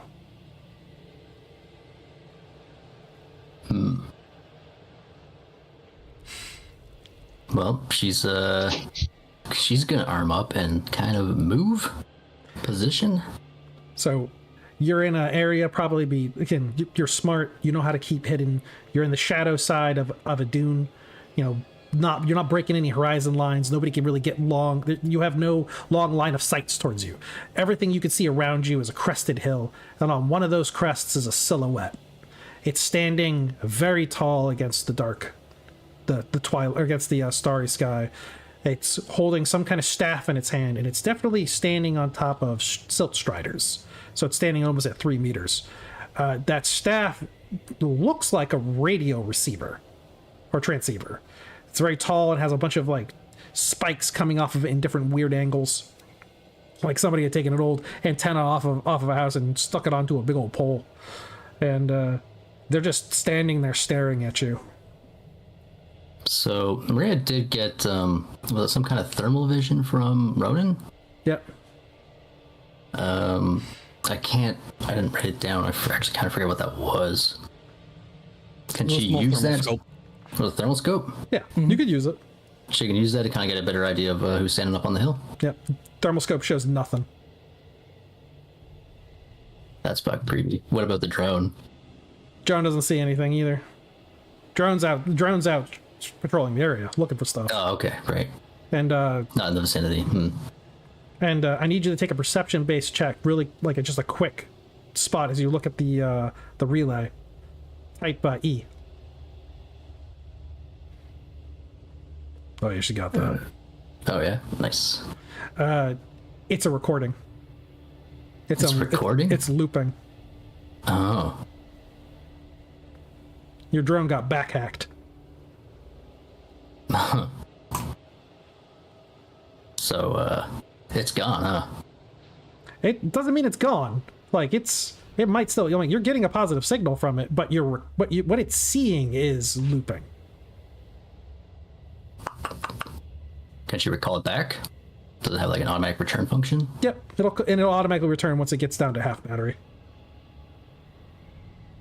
All right. Well, she's gonna call it back, and she's gonna keep her head on a swivel.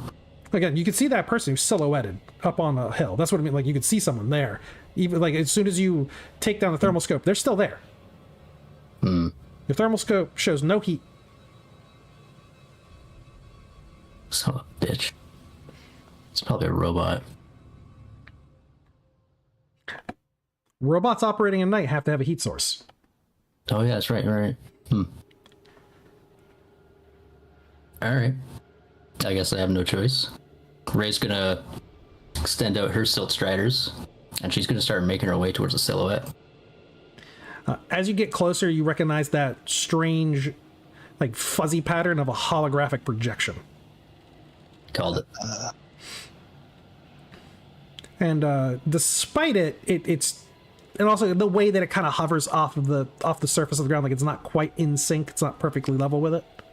It's like clipping through the terrain, but it is responding to you in like real time, and so it turns to look at you, and it looks down on you, and it's a creature with a mask made of some kind of alloy, and for hair it has dozens of cables that are almost set like dreadlocks across its scalp and going down its shoulders and down its back. It's wearing a thermal cloak all across its body, and for arms, the hands come down and they're long and thin, and they end in small, what you can see to be micro circuitry nodes.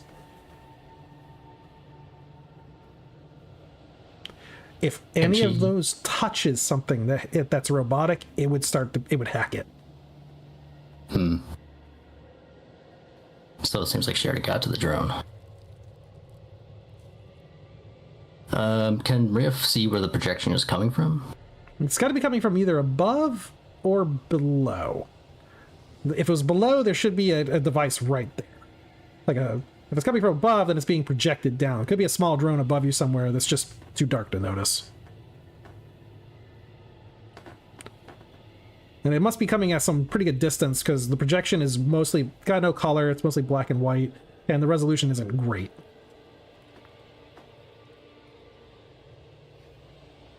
How long is it going to take for the drone to get back? You can already hear it buzzing in the distance. Buzzing in the distance? Yeah, so it's definitely coming back. Yeah, they're not quiet. They make that weird noise as they're, puttering away. Well, while the drone's coming back, she's going to kind of dig underneath the hologram. See if the projector's under there, but... So literally it politely steps back a pace so that you can see that, like, oh, it must not be there. And it gives like a chuckle, like its body moves in that motion. Ah, you find this funny, do you? Why don't you step out for real and we can have a chat?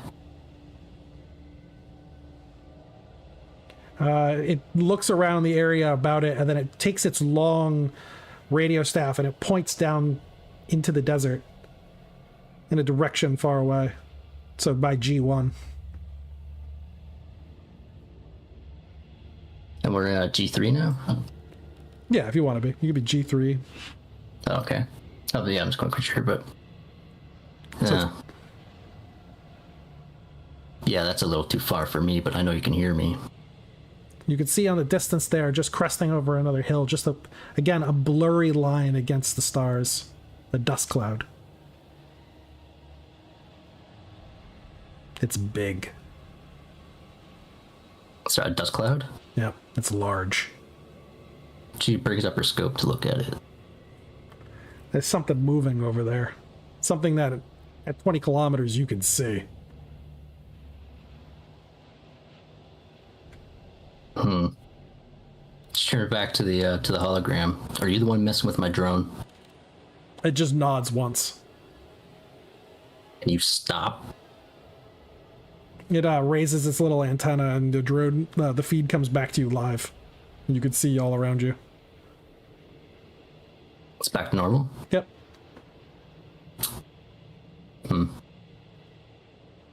So I can see something moving in the dust cloud, but can't really quite make it out. Yeah.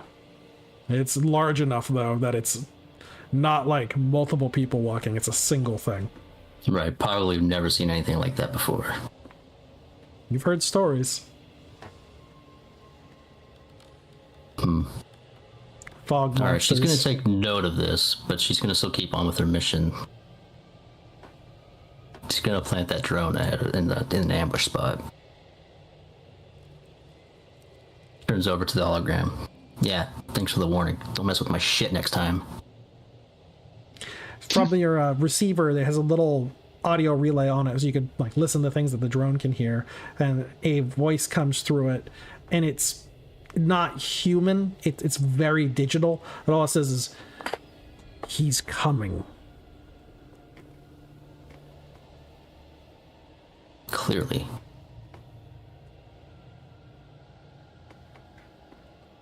Yep, and she just kind of just walks off. She's not too impressed.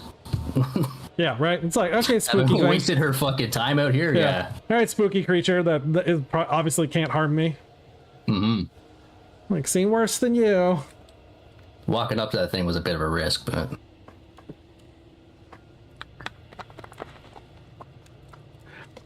So the projection finally dissipates and you're left alone to your own devices to this thing that's moving out in the distance, moving closer. and it's heading. Sorry, which direction? Towards copper dust. Oh, yeah, that's bad.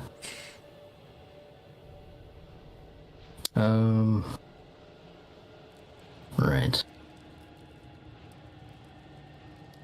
Yeah, that's actually really bad.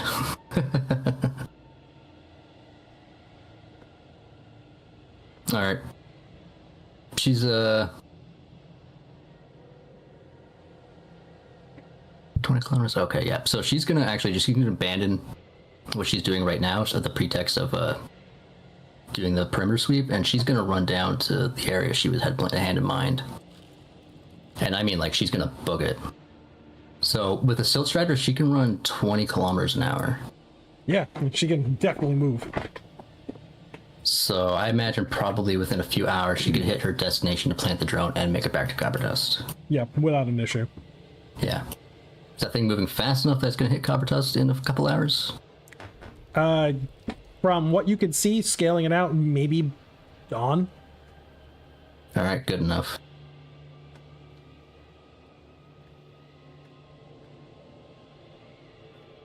So yeah, that's her plan. She's going to continue on with hers, but she's going to be booking it. I don't know if she needs to make some endurance checks for that, but No, because if she's moving at night, it's a lot easier to move at night. You don't have to consume as much fluids. Still gotta drink, you know? yeah, she can move like one of these hexes per hour, so Yeah. Yeah, she's fine. Getting back to Copper Dust, what do you do?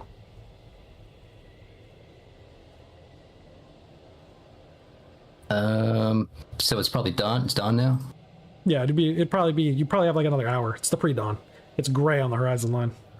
People have rested. Characters that need to recover endurance recover their endurances. Well, I imagine there's some gate guards. Yeah, Someone on watch? there's always people on watch. Oh yeah. She's gonna like tell them, be like, hey, we got something real fucking big moving real fast towards Copper Dust, and it's gonna be here real soon. They both look at you with confusion like, I-5 hasn't seen anything. Yeah, I saw something. I-5, probably asleep right now. Ah, shit. One of them, they have small radios, and they bark back over to the radio, to the lookout tower. And the lookout tower, like, picks it up after a little while, and there's conversations going back and forth. And as this conversation is happening in the morning, the strolls are happening, you see a monstrous beetle man stride out from the town in golden plate armor, holding a archaic looking bright lance, and he just walks out into the desert.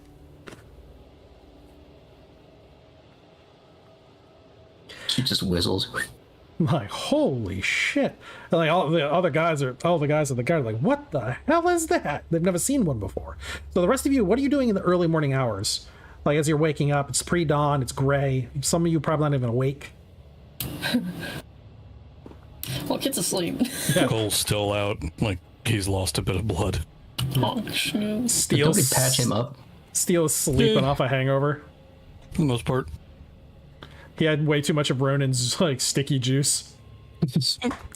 Ronan's up and just trotting around randomly. This is why I'm not poking things, picking up things, arbitrarily eating things. It's stuff like that gets delisted from YouTube. Iliad, Iliad's also up and moving about. Just kind of waiting for the more fleshy ones to get rested before bothering them too much. Although now he is wearing his sakat.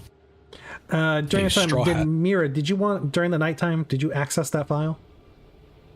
Didn't have like a separate thing to work on it with, eh? I mean, yeah, there's computers inside the administrative buildings. Oh, okay. Yeah, then yeah, she probably would have done that.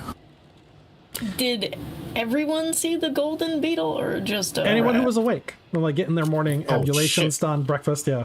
Cinder's So there. Roos probably will mention it. Iliad will definitely take note of the golden beetle then, who Yep. was quote unquote a hydraulic knight, right? Potential. Potentially. Iliad, do you remember what happened to Oros? Okay. I feel like that's gonna have to be another will roll for me. Yeah. What did we set that difficulty at?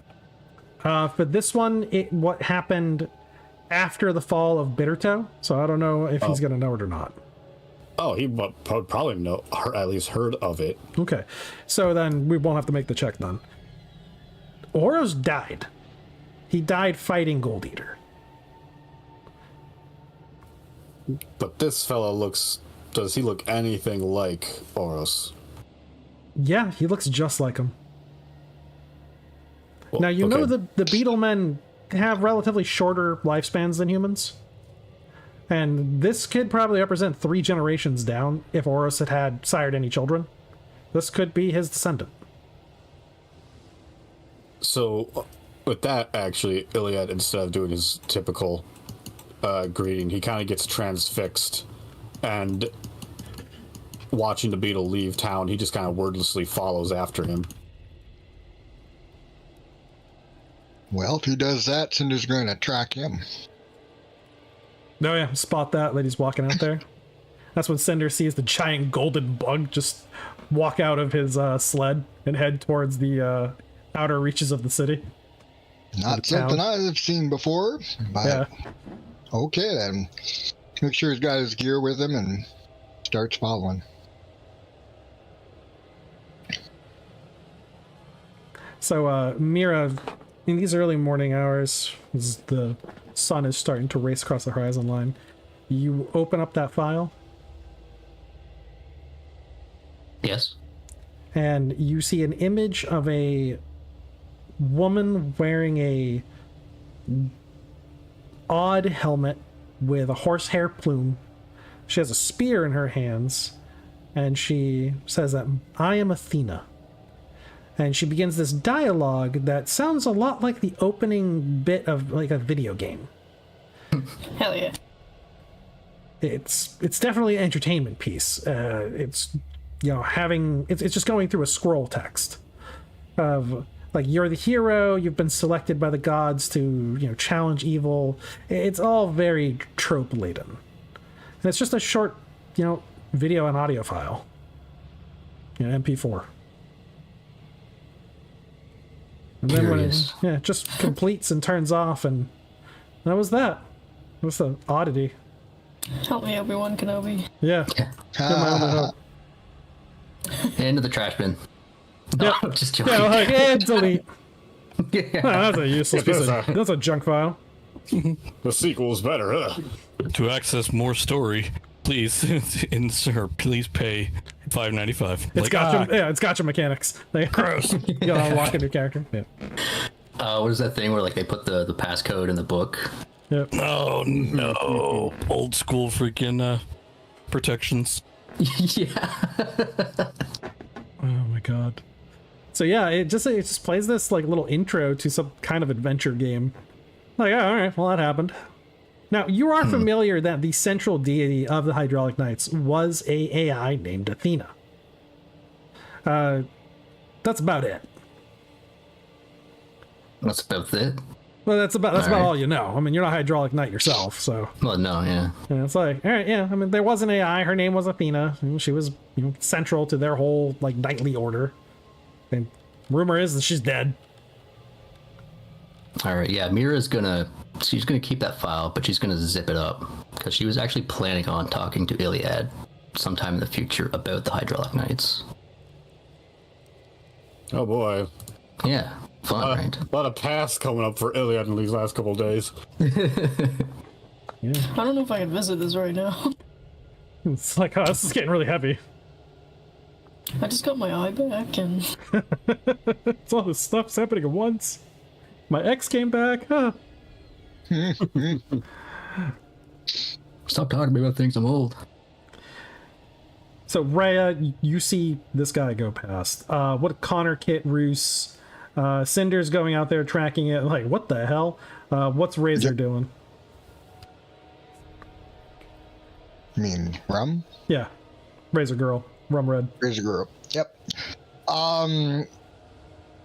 She'll trot after and she's curious. She's not like looking for a fight like Cinder is, but she's curious what's going to happen.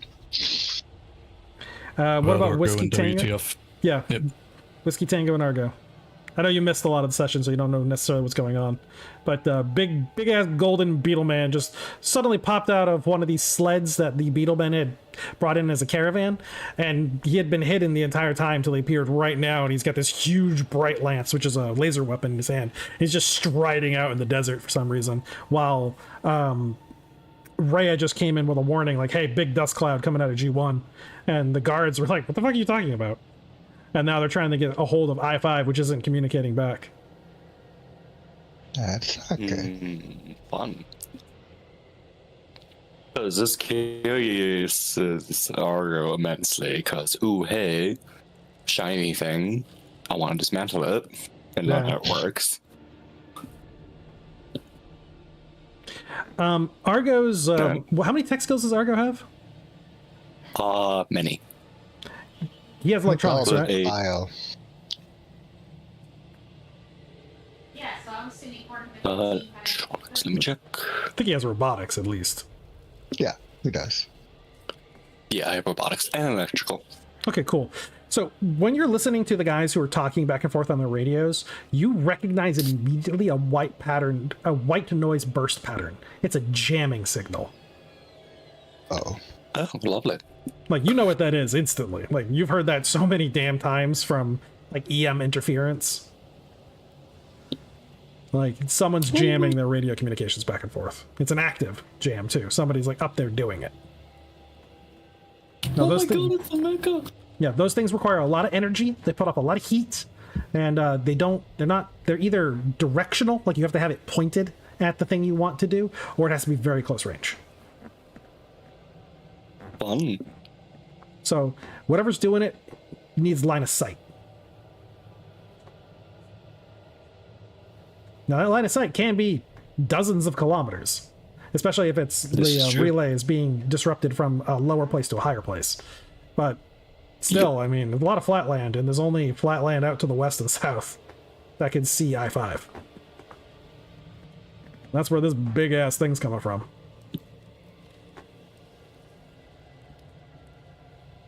Oh, lovely. We're being jammed. Oh, it's an active one. Oh, shit. That'd be some fun goodies to get from that. One of the guards looks at you and his eyes open like, why? Like, we're being jammed? And he like sprints towards the radio station. So it's called an ant farm, the area where they have all the antennas up. And he's like running towards that area to like basically get people like, hey, we need to switch signals. Do you want to go help them? Or do you want to go see how this whole beetle thing's gonna roll out? You know what? Fuck it. I'm gonna send fucking... You know what the fuck? Because I can trust him to send me good info back. So you can send Whiskey Tango So- out with the beetle, and then Argo's gonna go with the ant farm? Yep. Okay. So Argo is able to get into, like, there's kind of chaos inside the ant farm. They're all moving back and forth. The people are unplugging cables, replugging them back in again. They're pulling out decks that are loaded with crypto and trying to like figure out like how they're connected and like why things aren't operating correctly. And I need you to make an intelligence-based type D check. Get a space. I have a space heater and 280 blankets. That's the fireplace. Yeah, you got it. I'm pretty sure you got it. Oh, yeah. So, so with that, you spot immediately a couple irregularities. You could just tell from the way that they have their decks load out that someone did it wrong. Like, they're being jammed. They're not actually being jammed. Nothing's set up correctly. It's like somebody came in here and like switched all the cables. Idiots. Yeah, it's like all the settings are wrong. Yeah, Argo's just fucking groaning and complaining at the idiots. When they're probably not, but yeah, he's groaning and complaining as he goes to the problem and just works on it. So Yelling at them the entire time of do this, not this. Remember it next time. yeah, of course, because these guys are operators. They don't actually know how these things work, but they know how to use them. Whereas Argo knows how they work fundamentally. And so somebody who just operates an object isn't always going to understand like what the underlying issue is. Whereas when you look at it, you're like, oh, okay, yeah, all these interfaces are messed up. Everything's incorrect. The settings are wrong. After you spend a couple minutes starting like dialing everything in correctly, reloading the crypto, getting it set up fast, you come to a very quick understanding that this had to have been done by somebody. Like somebody had to physically come in here and do this. It was sabotage. But you are able to get a signal through. I-5 is screaming its radios down. Apparently they'd already sent a runner. They had seen this thing out in the distance that was coming in. They've been trying to ID it in. They're just calling for support from Copper Dust. They got attacked by Shrikes, which are very fast-moving aerial combat, like super predators. And that they've been having a hard time being able to get outside of the base. They sent a runner and he got skewered immediately. And it's just been pandemonium up there. They haven't been able to keep anything down. Apparently, Grogo is wounded after eating some of the defeating a couple of the Shrikes that had come down, which is a feat in of itself. Drogo, sorry. A very difficult thing to do considering how fast those things can move. Being able to time an attack and to bring one down is shocking, to say the least. But it did wound him in the process of him destroying it. So those of you out on the front line, does anybody talk to this big-ass beetle? Before we get to that, I just want a quick bit of right after the golden beetle walks past Rhea to leave the settlement, Cole kind of runs up to her and says, "Oh yeah, be careful. That guy might be a hydraulic knight." Connor, you mean? Yeah, Connor, not Cole. Yeah. Is he going out to fight him? Fuck, alright, I'm coming. I sure hope not. As at this point, yeah, Iliad would pass by, just following this. Like, to him, it's like it is Aros. You know, that's in his head right now, kind of just like stuck in this weird limbo between the past and the present. He just sees that guy, and then after a while, when they get a good distance away from the settlement, Iliad will just kind of suddenly call out, saying, "Sir Aros." The beetle stops for a minute and it plants its right lance into the ground and it turns its massive head and it has jeweled red multifaceted eyes that are definitely looking at you. At this point, I'm guessing that, but even at this distance, I feel Iliad would recognize the facial structure is just different enough. Yeah, it's different enough. The horn is different. So each of the male, so a lot of the drones you've been coming across are females, and the males have large front horns for sparring one another and gaining mating rights. And you notice the horn pattern on this one is different than the actual Oros. Oros. You look a lot like him, at least. I am his descendant. I'm guessing Iliad would not see any heraldry. He has the golden horn of Oros. He is wearing it. But you know, the heraldry of the hydraulic knights. No, not yet. He has a different one, a knight squire. You seek to become one of us. I seek to reclaim the honor of my forefather. Is your honor out there? And then, as Iliad will gesture towards the dust cloud. It is coming. She foretold it. Foretold what? that the beast that slew my ancestor would rise again from the desert sands, that the wound it bore has been healed, and once again it rages.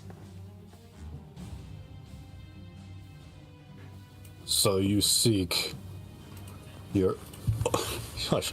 So you seek your own story, and you seek vengeance for your fallen ancestor. I will claim the honor of the Golden Knight Horus. I will claim victory from the jaws of death. I will take my title as a hydraulic knight. You know, the deed that makes the knight must be witnessed by a hydraulic knight. She said there would be one here. At this point, yeah, Iliad will flash the his heraldry on his left arm to show that the full, stamp of approval, essentially, that he is a full-blown hydraulic knight. Watching Ronan kind of walk by. As he turns and he looks at it, he nods. She spoke true. And shall we go claim your honor? As he looks to either side of him, who else is there? No, Ronan just wandered past him. Like walking towards the dust cloud. Peek, peek, peek, peek.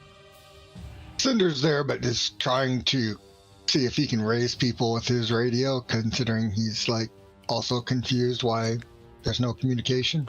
You finally get a breakthrough, and you hear it on the other side, like Argo fixed it, and it's just chaos. Strikes destroyed the observation location that somebody had hacked into or had mismatched or patched out the communications back and forth.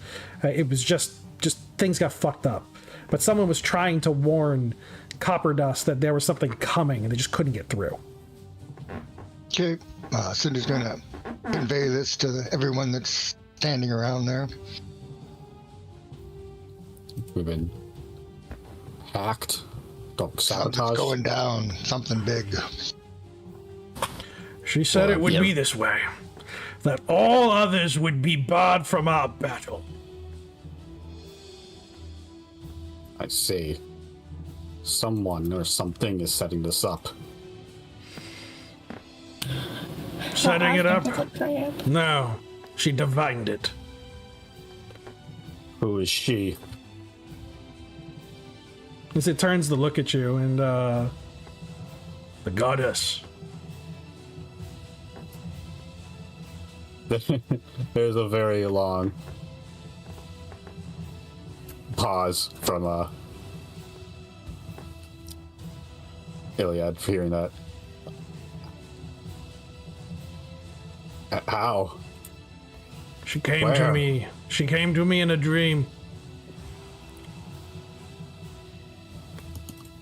I wandered across the desert sands, lost and broken, picking fights, dishonorable displays. Nothing of worth, nothing of value. She came to me when I was delirious, out of water, no food, ready to die on the open sands, and she walked to me in the night, and she said that he is coming. That if I wanted my honor, if I wanted my ancestors' weapon, if I wanted to restore some sense of nobility to my line, I must be here at this hour, this moment. And you swear by our Horus that this is true. I will be Horus, and I swear it on that name. Iliad will then start walking forward again. Now he snaps his crab pincer and withdraws his battle axe, twirling it a bit as he heads towards this dust cloud. And so let us not disappoint our goddess. For Athena, for the hydraulic knights. And over the crest comes a monstrosity that has not been seen in the high desert for 20 years. And we will pick that up next week. Oh man! Fanger! Only because we don't have enough time to actually fight it. Yeah. Oh yeah. We could It says 9:20. Yeah, we did start. It's here. I mean, the I'm okay- battle's going I'm- to start at pretty long range too. It's a good cliffhanger. It's I got to build this thing to like I had a brainwave tonight. I'm like, I know what I'm gonna do. I'm changing everything. It's stupid. This this is Gold Does- Eater. It is 10 meters Oh in my size. God. It is huge. Beam eyes, extending spring spikes, some other surprises. There's a moving building. Yep. It is a It is. nanoborg. Oh my god, it's Hal's moving castle. All I heard was that it was a whole ass bitch. Which map are we on? Oh, we're not. Might be, I've been on high desert the whole time. Yeah, the high desert. it might be made of gray goo, but it's about to become gray goo. Yep. Yeah, this This is could a. be a So pain what in does the it ass. look like again? It looks like an abomination mixed with a nanoborg.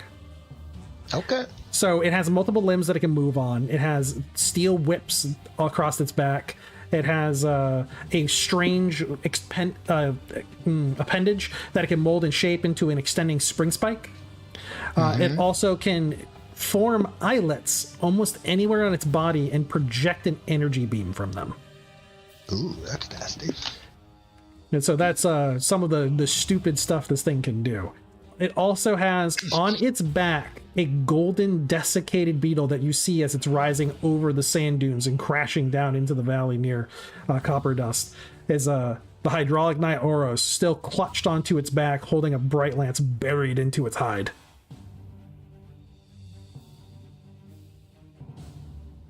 Oh no. So, Desiccated there. 10 meters long? Is it kind of like centipede-like with the abomination, or? Yeah, more more equine-like. Oh, gross. Is it the Fryco course? The Franco horse? The Fryco course? The Franco horse? I don't know. Yeah. that rolled up. Oh God, yeah. I forgot about that abomination. Yeah. I just want French fries. God. Yeah, just put the fries in the bag, horse. Just fries. Jeez. All right. So, how much did I miss? Well, just kind of a lot of The- interactions back and forth with the characters. Session and a half. I've been gone. They killed some crabs that are desert crabs. They're robots. They brought them back. We put Mira into one of the crabs. That was the digital being. So she's walking around as a crab. Nice. Ely got an eye back. Ronan put his sticky Jew inside some alcohol, and Steele got weird about it, but drank it anyways. And then has a hangover this morning because of it. Love it. Happy pumpkin noises. Rhea was trying to set up a heist. Got all the sketchy characters involved. Nice. So while this battle's going on, is the other gang? They're like, steal him now. They're all distracted. If Rhea tells Connor, hell yeah. I mean, steal it right in town? I mean, that's going to be kind of obvious. Yeah, I mean, everyone's fleeing, going to the shelter. There's a big ass monster. Pandemonium is this- when the looting starts. I'm sure they're going to notice. Yeah. but it's still a day left before they leave. It's true. Yeah, what's Yeah, but anything could happen. Yeah, we're gonna hit that after the monster if we live. So don't get hit because I'm gonna need your help. Ray's gonna need your help. Don't die. I will say this creature violates the golden rule of monster creation. So whenever you're creating a monster, you have 3 choices and you're supposed to select 2 of them. Strong, fast, or defensive. This has all 3. Oh boy. Cheater. Yep, I am cheating. And so I am going to tell you the secret to defeat the golden rule. And it's Don't do to avoid the monster. What? Oh, too late. Yep, All you're I supposed heard to. was 3 triangles of bitch, bitch, and bitch. It's the whole triangle. What are you talking about? I'm going to take the whole Fight me, time. ho. Whatever, man. This Cole all, got himself an extra pickaxe, and Ronan's got his sword. We're good. I imagine this is all just like Ronan's thoughts in his head. He secretly writes comic books. I'm on loop. Oh God, yeah, he has like dialogue bubbles. I could start going Mr. Saotome with it and just walk around with like signboards. Little chalk. Hold it up. Yeah, we definitely gotta get Ronan a chalk and slate Yep. so we can write So, messages. if I remember correctly, so I heard that Whiskey Tango Foxtrot got a new CPU, correct?